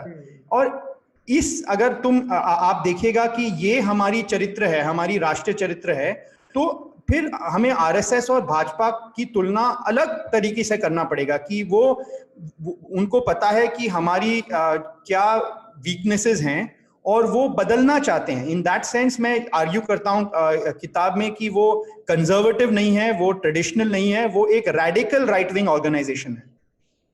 वो भारत को बदलना चाहते हैं, वो पीछे नहीं जाना चाहते हैं। एक बड़ा फर्क भी नहीं ये दिखता है कि जब श्यामा प्रसाद मुखर्जी अक्टूबर 1951 में भारतीय जनसंघ की स्थापना करते हैं, तब आरएसएस जितना इन्वॉल्व था। अप्रैल 1980 में भारतीय जनता पार्टी की स्थापना के समय आरएसएस और उसके ट्रेन किए हुए पॉलिटिकल स्वयंसेवकों के बीच वो कोऑर्डिनेशन नजर नहीं आता है। इनफैक्ट ये अगले 5 साल तक नजर नहीं आता है। How do you look at it? कारण ये है कि 1970s में, इसके एक दशक पहले, वाजपेयी देखते हैं कि आम जनता को क्या चाहिए, ठीक है। और वो इस निष्कर्ष में पहुंचते हैं कि नेहरू और नेहरू के औलादों को हम निकाल सकते हैं, पर नेहरू की विचारधारा को हम निकाल नहीं सकते हैं, क्योंकि आज 1970s में जो मतदाता हैं उन्होंने जो नेहरूवियन कंसेंसस है उन्होंने रिजेक्ट नहीं किया है। और जयप्रकाश नारायण भी इंदिरा के खिलाफ हैं, पर नेहरू की विचारधारा के खिलाफ वो नहीं थे। उनका ये निष्कर्ष था। इसीलिए अगर कांग्रेस को हटाना है सत्ता से और जनसंघ और ऑपोजिशन पार्टीज को सत्ता पानी है, तो वो नेहरू के फैमिली को रिजेक्ट कर सकती है, नेहरू की विचारधारा को रिजेक्ट नहीं कर सकती है। ये वाजपेयी का, और वो सही थे, बिल्कुल सही थे 1970s में। बट मैंने दिखाया है कि 1980 के बाद हिंदू समाज में काफी बदलाव आई है। और ये बदलाव, जो मैं कहता हूं कि हिंदू समाज में डर, हिंदू समाज में खौफ 1980 के बाद हम देखते हैं। और इसका 3 कारण है। एक तो खालिस्तान मूवमेंट, जो खालिस्तानी हर वर्ग के हिंदू को मार रहे थे। और दूसरी बात ओबीसी रिजर्वेशन, ओबीसी आरक्षण उत्तर भारत में, 10 साल बाद जब वो केंद्रीय सरकार में हुआ तो हम उसको मंडल कहते हैं, बट अगर आप सच देखिएगा तो उत्तर भारत के राज्य में जो ओबीसी रिजर्वेशन वो तो 1977, 78, 79 में तो शुरू हुआ।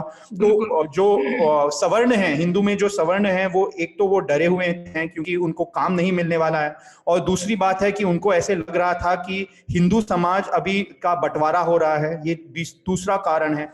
और तीसरा कारण ये है कि ऐसे माहौल था कि बहुत से हिंदू ऐसे उनको ऐसे लग रहा है कि सऊदी अरेबिया से पेट्रो डॉलर्स के तहत ये कन्वर्जन हो रहा है, लोगों का धर्म बदल मीनाक्षीपुरम वाली घटना से वो चीज और प्रोपेल होती है। बिल्कुल 1981 में बहुत से दलित परिवार तमिलनाडु के मीनाक्षीपुरम में वो मुसलमान बन गए, और ये तो अर्थक्वेक था, भूगोल था पूरे भारत में, ठीक है। तो ये 3 कारण हैं कि हिंदू समाज बदल रही थी। अंग्रेजी में मैं कहता हूं वहां पे it's a demand side change. RSS ने ये नहीं किया, वीएचपी ये में नहीं किया, भाजपा ये नहीं किया, अंदर से हिंदू समाज 1980 के बाद बदल रही थी, और वाजपेयी को ये दिख नहीं रहा था। आरएसएस को पहले दिखा, इसके लिए उसके मीनाक्षीपुरम के तुरंत बाद उन्होंने अशोक सिंघल जो एक प्रचारक थे, उन्होंने वीएचपी को भेजा। तब तक वीएचपी बहुत 1970s में वीएचपी ने कुछ किया ही नहीं। उन्होंने वीएचपी को रिवाइव करने के लिए अशोक सिंघल वीएचपी भेजे गए, और 2 साल बाद उन्होंने एक ये अयोध्या राम जन्मभूमि का आंदोलन इसी कारण शुरू किया। तब भी वाजपेयी उससे सहमत नहीं थे। वाजपेयी ने कहा कि हम धर्म और राजनीति की मिलावट से हम बिल्कुल दूर रहना चाहते हैं। 2 कांग्रेस के नेता थे मंच पर जब पहली दफा 1983 में अयोध्या आंदोलन शुरू हुई। 2 कांग्रेस लोग और दाऊदयाल खन्ना। हाँ, और ये आइडिया तो दाऊदयाल खन्ना का था, पूरा आइडिया उनका था, ठीक है। और आप तो ये जानते हैं कि 1986 में मेरे ख्याल से जो राम जन्मभूमि जो बाबरी मस्जिद के जो ताले थे, राजीव गांधी ने खुलवाया उनको 1986 में। 86 में रामचरण श्रीवास्तव डीएम थे तब। हाँ जी, हाँ 86 में। और सिर्फ 1989 में 3 या 4 साल बाद भाजपा ने पहली बार अयोध्या मूवमेंट को स्वीकृति की पालमपुर अधिवेशन पालमपुर में 1989 में, ठीक है। तो वो कहते हैं ना, जो नया मुसलमान 5 वक्त नमाज करेगा, हम ये कहते हैं ना। तो मेरा ये एनालिसिस है कि इसीलिए अडवाणी ये रथ यात्रा पर चढ़े, क्योंकि वो वीएचपी और आरएसएस को ये बताना चाहते हैं कि हाँ, हम तो देर आए पर दुरुस्त आए। इसीलिए अशोक सिंघल बहुत नाराज भी थे इस रथ यात्रा से। बहुत नाराज थे। आज भी वीएचपी के लोग इतने नाराज थे कि अगर लोग, क्योंकि एक्चुअली आज लोग डबल नाराज हैं, क्योंकि आज अडवाणी नाराज हैं क्योंकि वो कह रहे हैं कि मैंने सब काम किया और नरेंद्र मोदी उसका फल ले रहे हैं। और अशोक सिंघल और वीएचपी प्रवीण तोगड़िया, मैंने उनका साक्षात्कार भी लिया, वो कहते हैं कि नहीं, 1990 में ही 7 साल के लिए हमने ही काम किया और अडवाणी आके सब श्रेय लेके गए। नहीं, लेकिन मैं तोगड़िया के असेसमेंट से सहमत नहीं हूं। आपने भी किताब में लिखा है कि एक पॉलिटिकल वैलिडिटी, एक पॉलिटिकल मोमेंटम जरूरी था उस मूवमेंट के लिए, जो आडवाणी और बीजेपी ने मुहैया नहीं, तो इसीलिए नहीं, बट जैसे मैं कहता हूं ना, हिंदू वोट बैंक जो है वो 1984 में भी हमें दिख रहा है। वो सिर्फ बट क्योंकि इंदिरा गांधी के हत्या के बाद आरएसएस और हिंदू समाज को ऐसे लग रहा है कि असल में जो हिंदू है वो इंदिरा गांधी है, इसीलिए उन्होंने वाजपेयी को नहीं, उन्होंने राजीव गांधी को वोट दिया। तो राजीव गांधी को आपको पता है 403 या 404 सांसद मिले, उनमें से कट्टर हिंदू बहुत थे।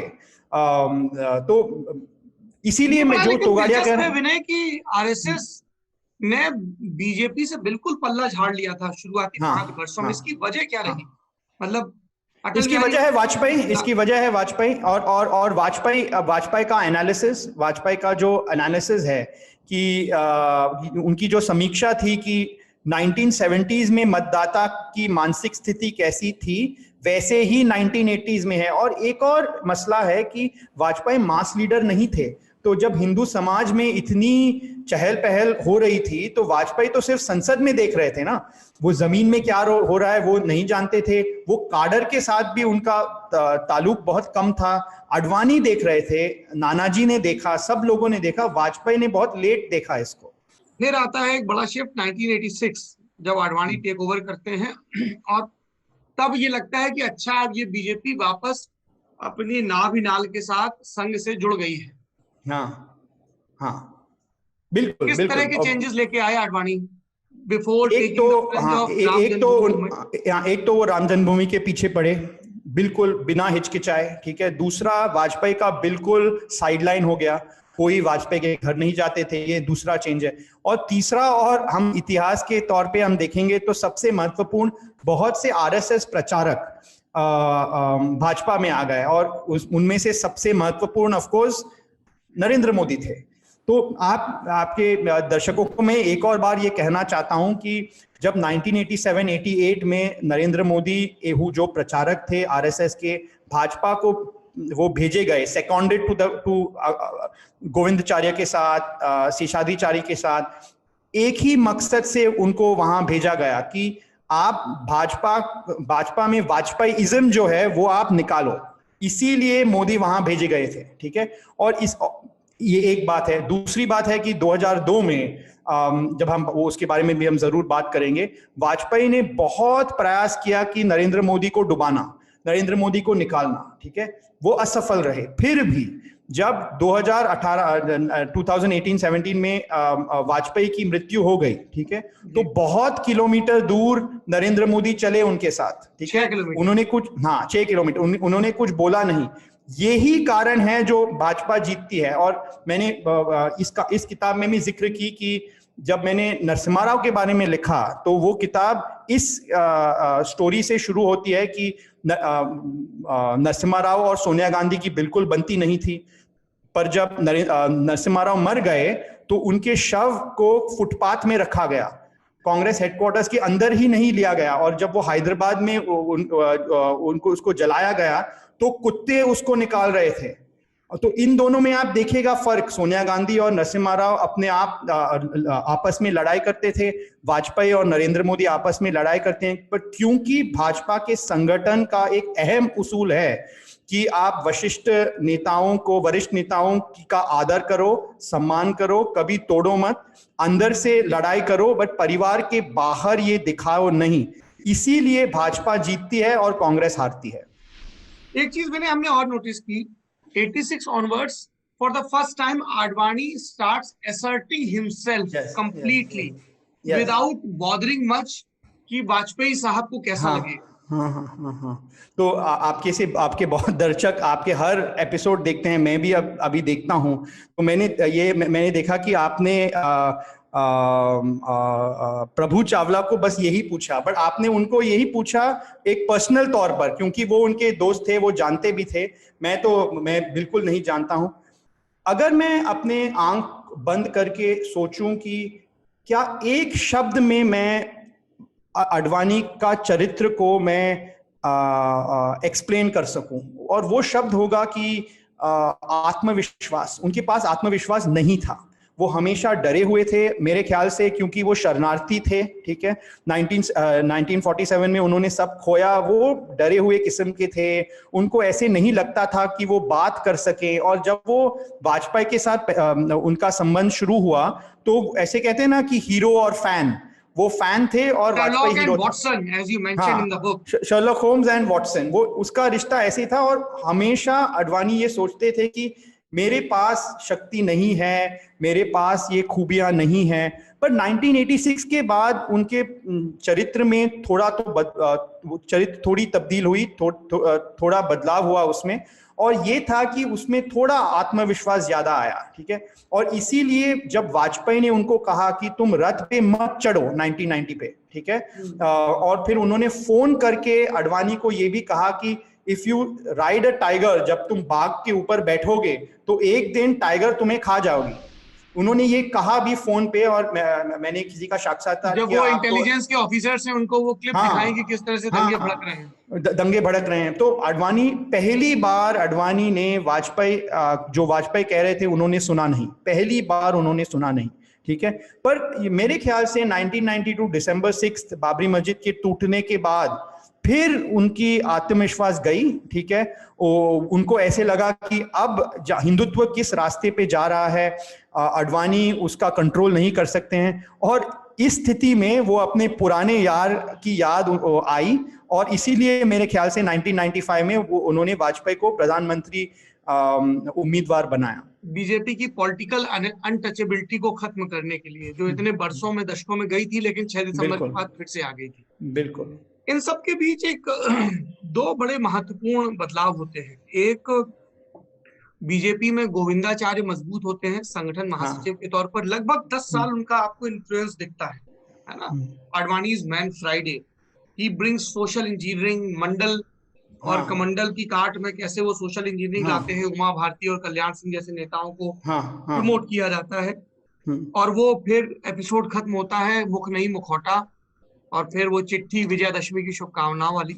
दूसरा एक ट्वीक दिखता है महत्वपूर्ण, जब मुरली मनोहर जोशी आते हैं आडवाणी की जगह, अनदर कंटेंडर।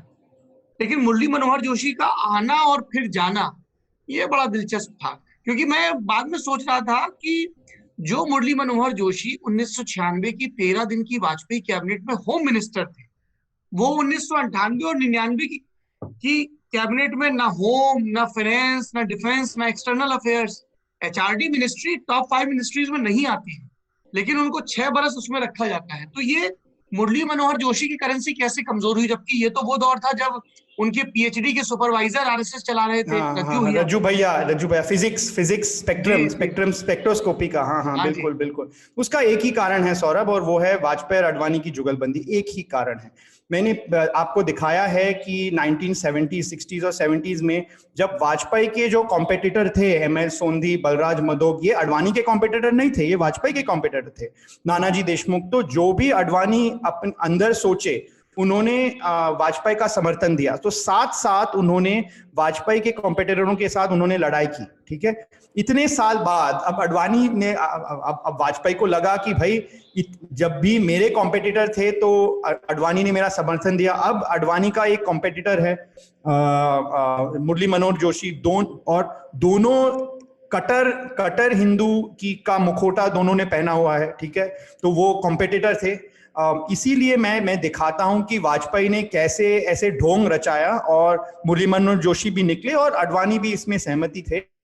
और हालांकि गोविंदाचार्य और वाजपेयी की बिल्कुल बनती नहीं थी, 1987 से नहीं बनती थी, पर इस विषय में गोविंदाचार्य भी वाजपेयी और अडवाणी के साथ थे।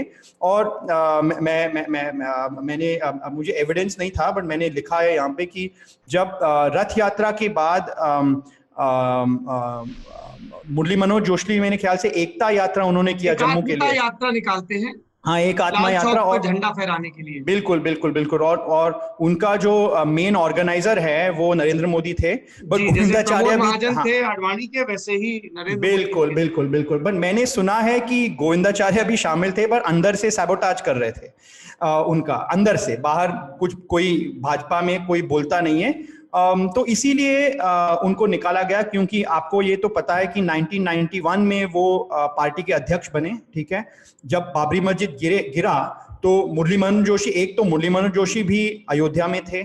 ठीक है, और दूसरी बात ये थी कि वो ही सचिव थे, उनका भी अरेस्ट हुआ। ठीक है, तो वो क्यों आज, अगर जब लोग कहते हैं हिंदू हृदय सम्राट, लोग कहते हैं अडवाणी और फिर मोदी, लोग मुरली मनोहर जोशी क्यों नहीं कहते हैं? हालांकि कल्याण सिंह तो उन्हीं के, कल्याण सिंह उन्हीं के थे, बिल्कुल उन्हीं के थे। और हर अभी तो वो कम है, बट एक ट्रेडिशन जैसा हुआ था सौरभ की अगर एक बार आदमी अध्यक्ष बने तो उसको सेकंड टर्म मिलती है जनसंघ और भाजपा में। मेरे ख्याल से बहुत कम लोग मुरली मनोहर जोशी के तरह हैं जिनको सिर्फ एक टर्म मिला 91 से 93, और फिर अडवाणी को बनाया गया, बहुत कम लोग थे। उसके बाद हालांकि एनडीए के दौर में जरूर रहा, जना कृष्णमूर्ति, बंगारू लक्ष्मण, वेंकैया नायडू, सब एक ही एक टर्म रहे, अलग अलग परिस्थितियों से।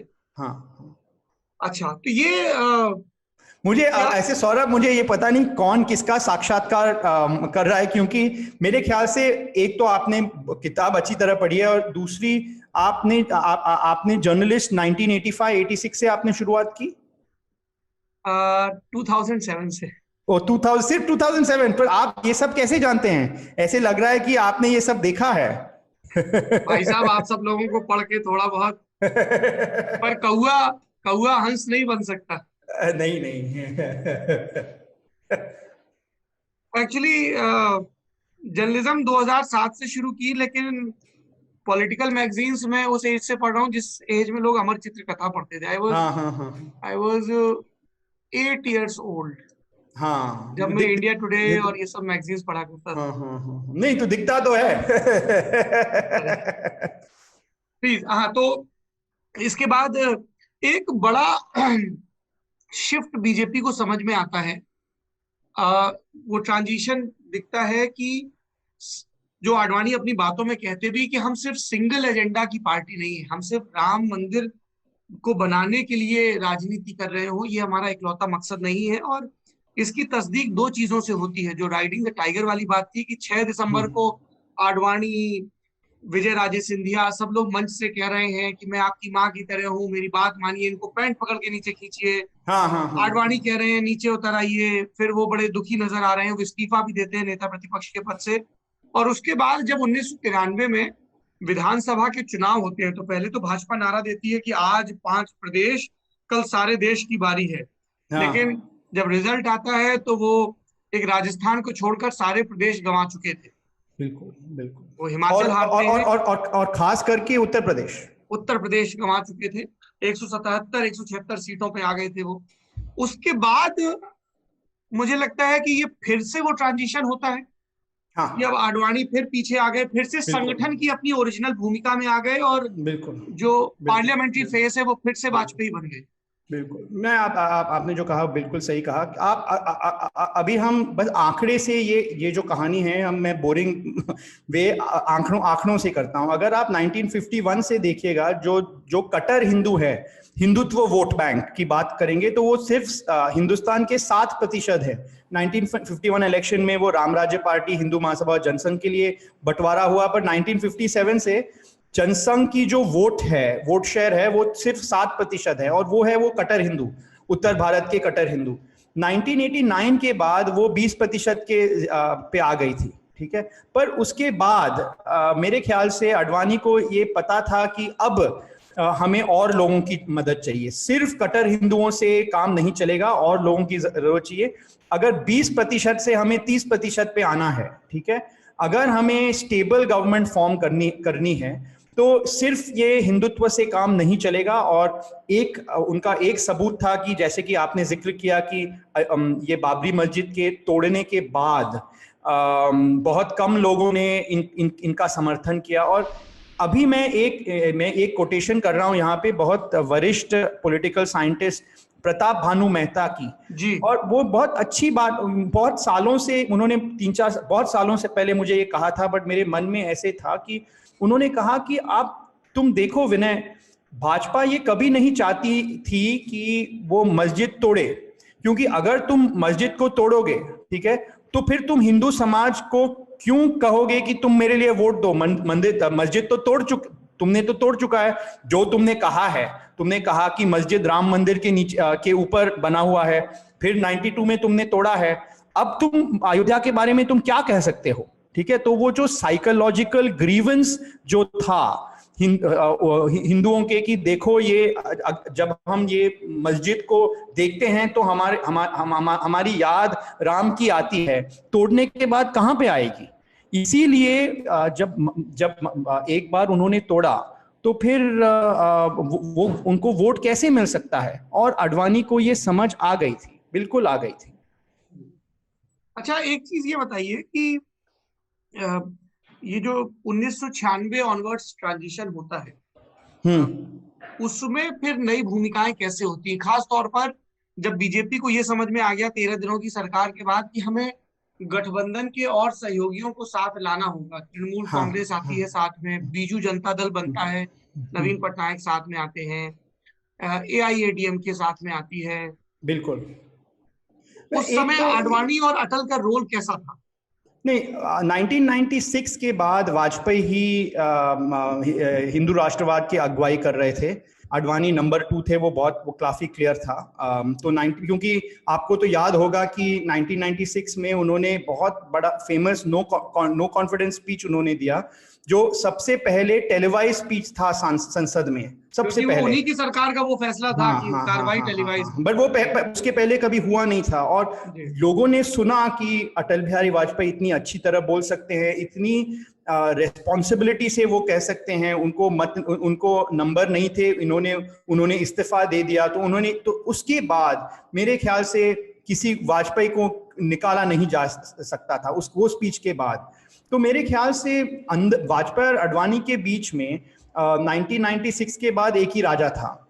पर 1996 में अगर आप देखिएगा तो भाजपा को बहुत कम एलाइज मिले, बहुत कम, ठीक है। और 1998 और 9 में 13 से ज्यादा उनको मिला। और फर्क यही है कि जैसे कि जयललिता, AIDMK, तृणमूल कांग्रेस, उनको 1996 में उनको लगा कि हम भाजपा के बिना भी सरकार बना सकते हैं। बट देवेगौड़ा और गुजराल के सरकार को देख के उनको ऐसे पता चला कि भाजपा के बिना एक स्टेबल सरकार भारत में नहीं बन सकती है, उनको ऐसे लगा। इसीलिए यही मेन कारण था कि 1996 में कोई भी एलाय उनके सामने नहीं आए और 1998 के बाद इतने सारे आए। और 1998 ऑनवर्ड्स हम एक और बड़ा क्लियर डिवीजन देखते हैं इस जुगलबंदी में। PMO ताकतवर, PMO में ब्रजेश मिश्र और अडवाणी की नहीं बनती है। PMO में रंजन भट्टाचार्य, वाजपेयी साहब की दत्तक पुत्री के दामाद। तो एक ये जो तिकड़ी बनती है जिसमें अशोक सैकिया और सारे लोग जुड़ते हैं, जसवंत सिंह जुड़ते हैं पुराने दिनों के साथी, और एक फिर आडवाणी अपने आप को बिल्कुल साइडलाइन पाते हैं। तो वो दौर कैसा था? ये वाजपेयी को ऐसे लगता था कि अडवाणी और वाजपेयी की जुगलबंदी में द डिवीजन ऑफ पावर बहुत साफ साफ है। पहले जब वो ऑपोजिशन में थे कि वाजपेयी संसद संभालेंगे, ठीक है, और अडवाणी संगठन संभालेंगे। और जब वो सत्ता में आए 1998 के बाद, तो वाजपेयी को लगा तो सत्ता संसद से ही जुड़े हुए है ना, तो इसका मतलब है कि सत्ता भी और सरकार भी वो ही चलाएंगे और अडवाणी को संगठन चलाने दो, ठीक है। और इस 1998 से 2004 में जब भी संगठन के बारे में कुछ था तो वाजपेयी, जो अडवाणी कहते थे, वाजपेयी ने एग्री किया, हालांकि वो प्राइम मिनिस्टर हो, फिर भी जैसे कि नरेंद्र मोदी को निकालना या नहीं, अंत में वाजपेयी, जो अडवाणी ने कहा, वाजपेयी ने हाँ कहा, ठीक है। और या मुशर्रफ को इनवाइट करना हो, हाँ, मुशर्रफ को इनवाइट करना हो, या 2001 में नरेंद्र मोदी को मुख्यमंत्री बनाना हो, वो डिसीजन भी केशु भाई को निकाल के 2001 में नरेंद्र मोदी को मुख्यमंत्री बनाना। और नरेंद्र मोदी ने वो बिल्कुल पॉलिटिकल एक्सपीरियंस नहीं था उसके पहले, बिल्कुल पॉलिटिकल मतलब लेजिस्लेटिव या एग्जीक्यूटिव एक्सपीरियंस बिल्कुल नहीं था उसके पहले, ठीक है। वो तो अडवाणी का डिसीजन था। बट हाँ, वाजपेयी ये समझते थे कि भाई जब हम सत्ता में हैं, सरकार मैं चलाता हूं और मेरा PMO चलाता है, उनका यार और दोस्त ब्रजेश मिश्रा, उनकी सन इन लॉ जो थे रंजन भट्टाचार्य, अशोक सैकिया जो IAS अफसर थे, उन्होंने कहा कि ये है PMO और यही चलाएंगे। और अडवाणी को ये बहुत गुस्सा आया कि मुझे साइडलाइन किया गया है, फलाना फला। उन दो परिवार में झगड़े शुरू आने आए, पहले ही कभी होता नहीं था। दोनों परिवार, वाजपेयी के परिवार और अडवाणी का परिवार एक जैसा था, पर 98 के बाद टक्कर हुई। मैं इसके बारे में भी लिखता हूं वहां पे। और ये एक ही कारण, और दूसरा ये कारण था कि वाजपेयी समझते थे कि जो भी खूबियां अडवाणी के पास थे, जिससे वो संगठन चलाते थे, वो सरकार चलाने के लिए ठीक नहीं है। क्योंकि जैसे कि अडवाणी बहुत समय लेते थे निष्कर्ष पहुंचने के लिए, डिसीजन बनाने के लिए बहुत समय, क्योंकि तो आपने जो एक ऊर्जा मंत्री वाला बड़ा दिलचस्प एनेक्डोट लिखा। हाँ, बिल्कुल कि दो उत्तराखंड और उत्तर प्रदेश का बंटवारा हुआ है, तो दोनों ऊर्जा मंत्री जाते हैं वहां पे, कुछ प्रॉब्लम है, और अडवाणी सुनते रहते हैं। अंत में कहते हैं कि भाई जो भी आप डिसाइड करो, इसका क्या मतलब है, फिर वो ये ऊर्जा मंत्री अडवाणी के पास क्यों जाएं, ठीक है। और जब बाहर आते हैं तो एक ऊर्जा मंत्री एक अफसर से कहता है कि अगर इंदिरा गांधी वहां पे होती तो आज निर्णय होता। तो बट आप सौरभ ये देखिएगा कि ये जो है, ये कमी है सरकार में कि तुम टाइम लेते हो, बट संगठन बनाने के लिए ये अच्छी बात है कि तुम अपना ये मत करो, सबको साथ लेके आओ। एक परिवार चलाने के लिए जो भी आपको खूबियां चाहिए, सरकार चलाने के लिए वो खूबियां जरूरी नहीं है, और इनफैक्ट वो विपरीत है। तो ये कारण था। तो जुगलबंदी में बहुत टकरार आई, बट फिर भी मैंने वो शेखर गुप्ता का एक कोट है कि they are like an odd couple fighting in the park, जैसे जब आप पार्क जाएंगे तो आप एक बहुत बुजुर्ग कपल दंपत्ति को आप देखेंगे, हाँ, दो बूढ़े दंपत्ति आपस में लड़ रहे हैं, बट घर वापस आके एक दूसरे के लिए चपाती बनाता है। ये बिल्कुल ऐसा ही है, ये उनका रिश्ता बिल्कुल ऐसा ही था, और बहुत कम लोग उस रिश्ते की शक्ति को समझ सकते थे। लेकिन एक बूढ़ा था जो ये नहीं समझ रहा था, आरएसएस के नए सरसंघ चालक राजेंद्र सिंह रज्जू भैया के सक्सेसर उपहल्ली सुदर्शन। हाँ हाँ, सुदर्शन, जैसे आपने पहले कहा था कि सुदर्शन ने आरएसएस वाजपेयी के बाद उन्होंने ज्वाइन किया, तो उनकी संघ आयु, जो सीनियरिटी जो है आरएसएस में, वो कम थे। तो वाजपेयी सोचते थे भाई अगर आरएसएस की बात करें तो मैं आपसे सीनियर हूं, ठीक है। दूसरी बात है कि सुदर्शन को वाजपेयी निजी रूप से बिल्कुल पसंद नहीं थे, बिल्कुल पसंद नहीं थे, एक। और दूसरा, वाजपेयी की आर्थिक विचारधारा भी उनको पसंद नहीं था। वो वामपंथी थे, लेफ्टिस्ट थे वो, और दत्तोपंत ठेंगड़ी दोनों, जो भी वाजपेयी ने कहा डिसइन्वेस्टमेंट वगैरह वगैरह, उनको बिल्कुल पसंद नहीं था। वो उसमें कोई प्रॉब्लम नहीं है, क्योंकि मैंने इस किताब में दिखाया है कि ये 100 सालों में हिंदू राष्ट्रवाद के अंदर इतने लोग हैं जो आपस में लड़ते हैं, मतभेद है, मनभेद है, बट बाहर वो बोलते नहीं। फर्क यही था कि सुदर्शन न्यूज कॉन्फ्रेंस देते थे, वाजपेयी की आलोचना वो इंडियन एक्सप्रेस में करते थे। ये तो सुब्रमण्यम स्वामी जैसा व्यवहार है, ये वाजपेयी जैसा व्यवहार नहीं है, और इसीलिए मेरे ख्याल से उनको निकाला गया, सुदर्शन को निकाला गया कि ये जैसे पर्सनालिटी। और आज आप देखिएगा कि जरूर ऐसे बहुत कुछ नरेंद्र मोदी ने किया होगा, मुझे पता नहीं, जो मोहन भागवत पसंद नहीं करते हैं, बट वो पब्लिकली नहीं बोलेंगे, शायद प्राइवेटली बोलते हैं। बट ये जो है कि हम एक परिवार है, परिवार के जो भी परेशानी है परिवार के अंदर रखनी चाहिए, सुदर्शन ये मानते नहीं थे, और मेरे ख्याल से इसी कारण वो बहुत अच्छे सरसंघ चालक नहीं थे। पर ये बड़ा दिलचस्प है कि राष्ट्रपति को कैबिनेट मंत्रियों की चिट्ठी भेजी जा चुकी है, सुदर्शन पहुंचते हैं, वाजपेयी साहब खाना छोड़ के आते हैं और जसवंत सिंह का नाम हट जाता है। मतलब जसवंत सिंह, ये जो जिसको हम लोग बोलते हैं टग ऑफ वॉर, कभी वो 21 पड़ गए, कभी वो 21 पड़ गए। बट वो tug of war, Saurabh, Vajpayee अंत में जीतते हैं। अंत में समय तो लगता है, पर अंत में जसवंत सिंह वित्त मंत्री वापस बन गए और फिर फॉरेन मिनिस्टर भी बन गए, तो अंत में वाजपेयी तो जीते। नहीं, पहले विदेश मंत्री बने, फिर वित्त मंत्री हाँ, फिर विदेश। हाँ, बिल्कुल। एक और हम लोग इस जुगलबंदी में देखते हैं कि इन दोनों के जो प्रोडिजीज हैं, जिनको ये लोग मेंटर कर रहे हैं, उनको किस तरह के एडजस्टमेंट करने पड़ते हैं। जैसे for example Pramod Mahajan, he was Advani's man, but during NDA he was more of a Vajpayee man. ये तो आप इस संस्कृत में एक कहावत है ना, याचका याचके शत्रुहु। जो अगर दो लोग हैं जो जिनको कुछ चाहिए, जो वो आपस में लड़ते हैं, तो ऐसे बहुत से लोग हैं वाजपेयी और अडवाणी के जो ग्रुप में जो शामिल थे, जो वाजपेयी और अडवाणी चाहे न लड़े, बट ये लोग आपस में लड़ते रहते थे, और ये लोग समझते थे कि अब वाजपेयी की बारी है, हम वहां पे जाएंगे, अब अडवाणी की बारी है, वहां पे जाएंगे।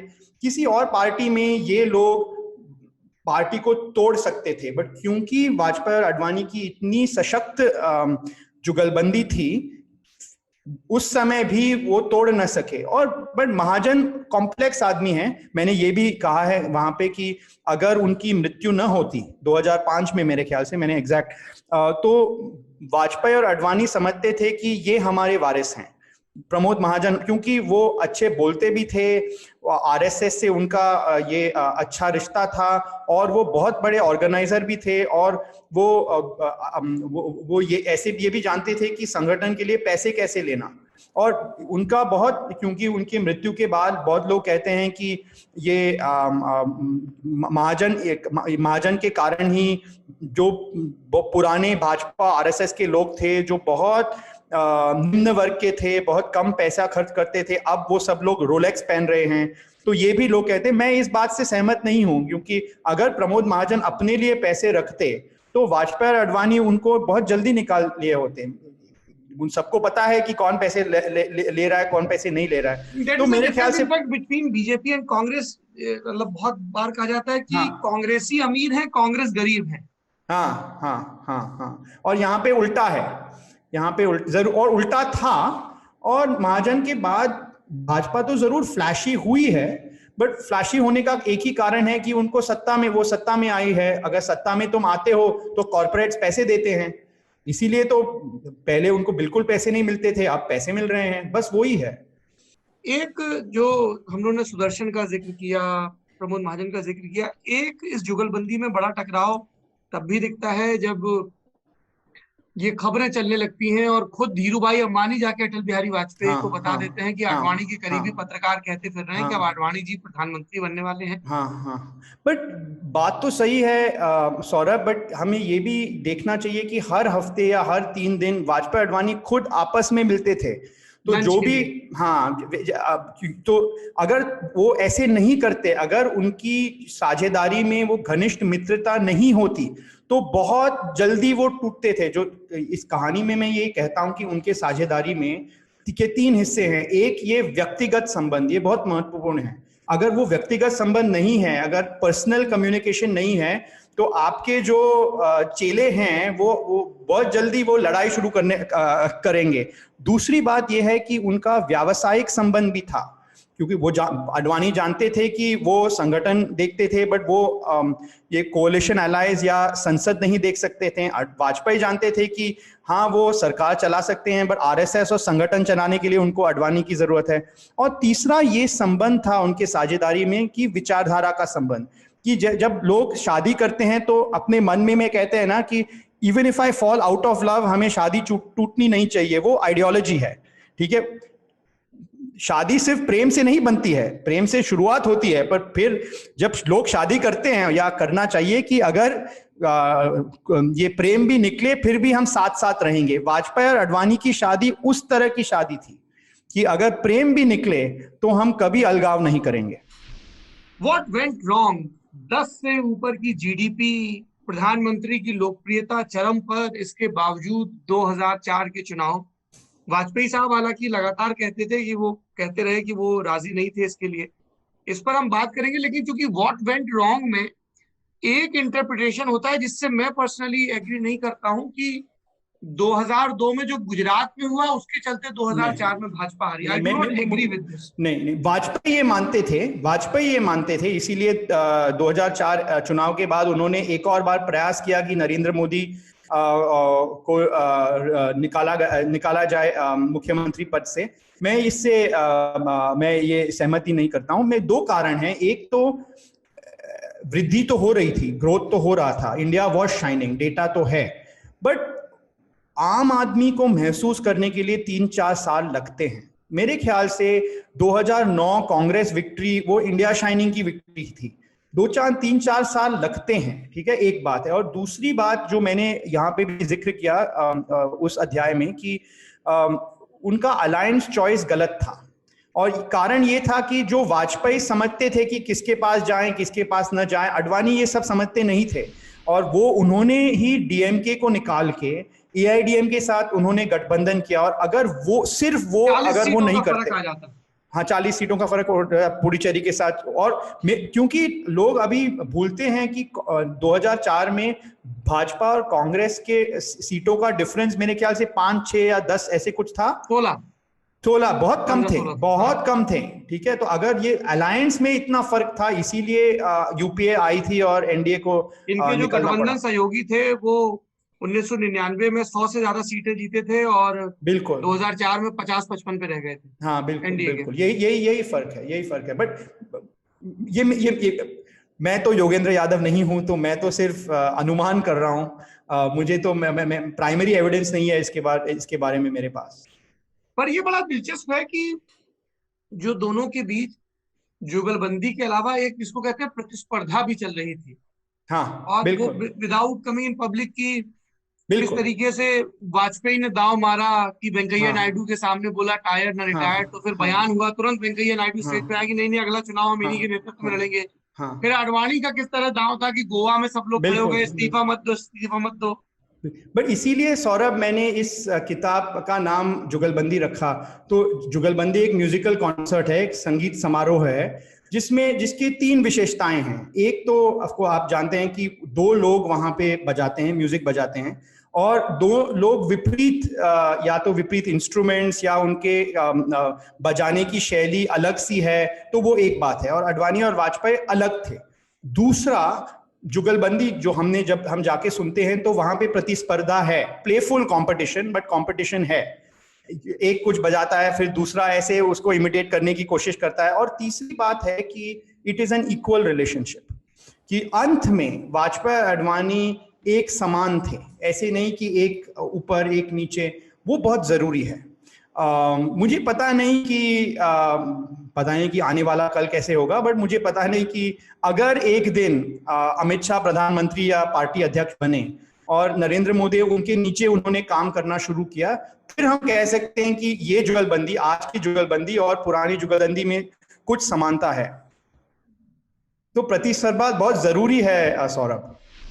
अब मैं दर्शकों को एक और ये तो शादी में भी प्रतिस्पर्धा होती रहती है। बिल्कुल। मैं दर्शकों को एक सूचना दे दूं कि इस किताब के कई प्रसंग मैंने जानबूझकर छोड़ दिए हैं।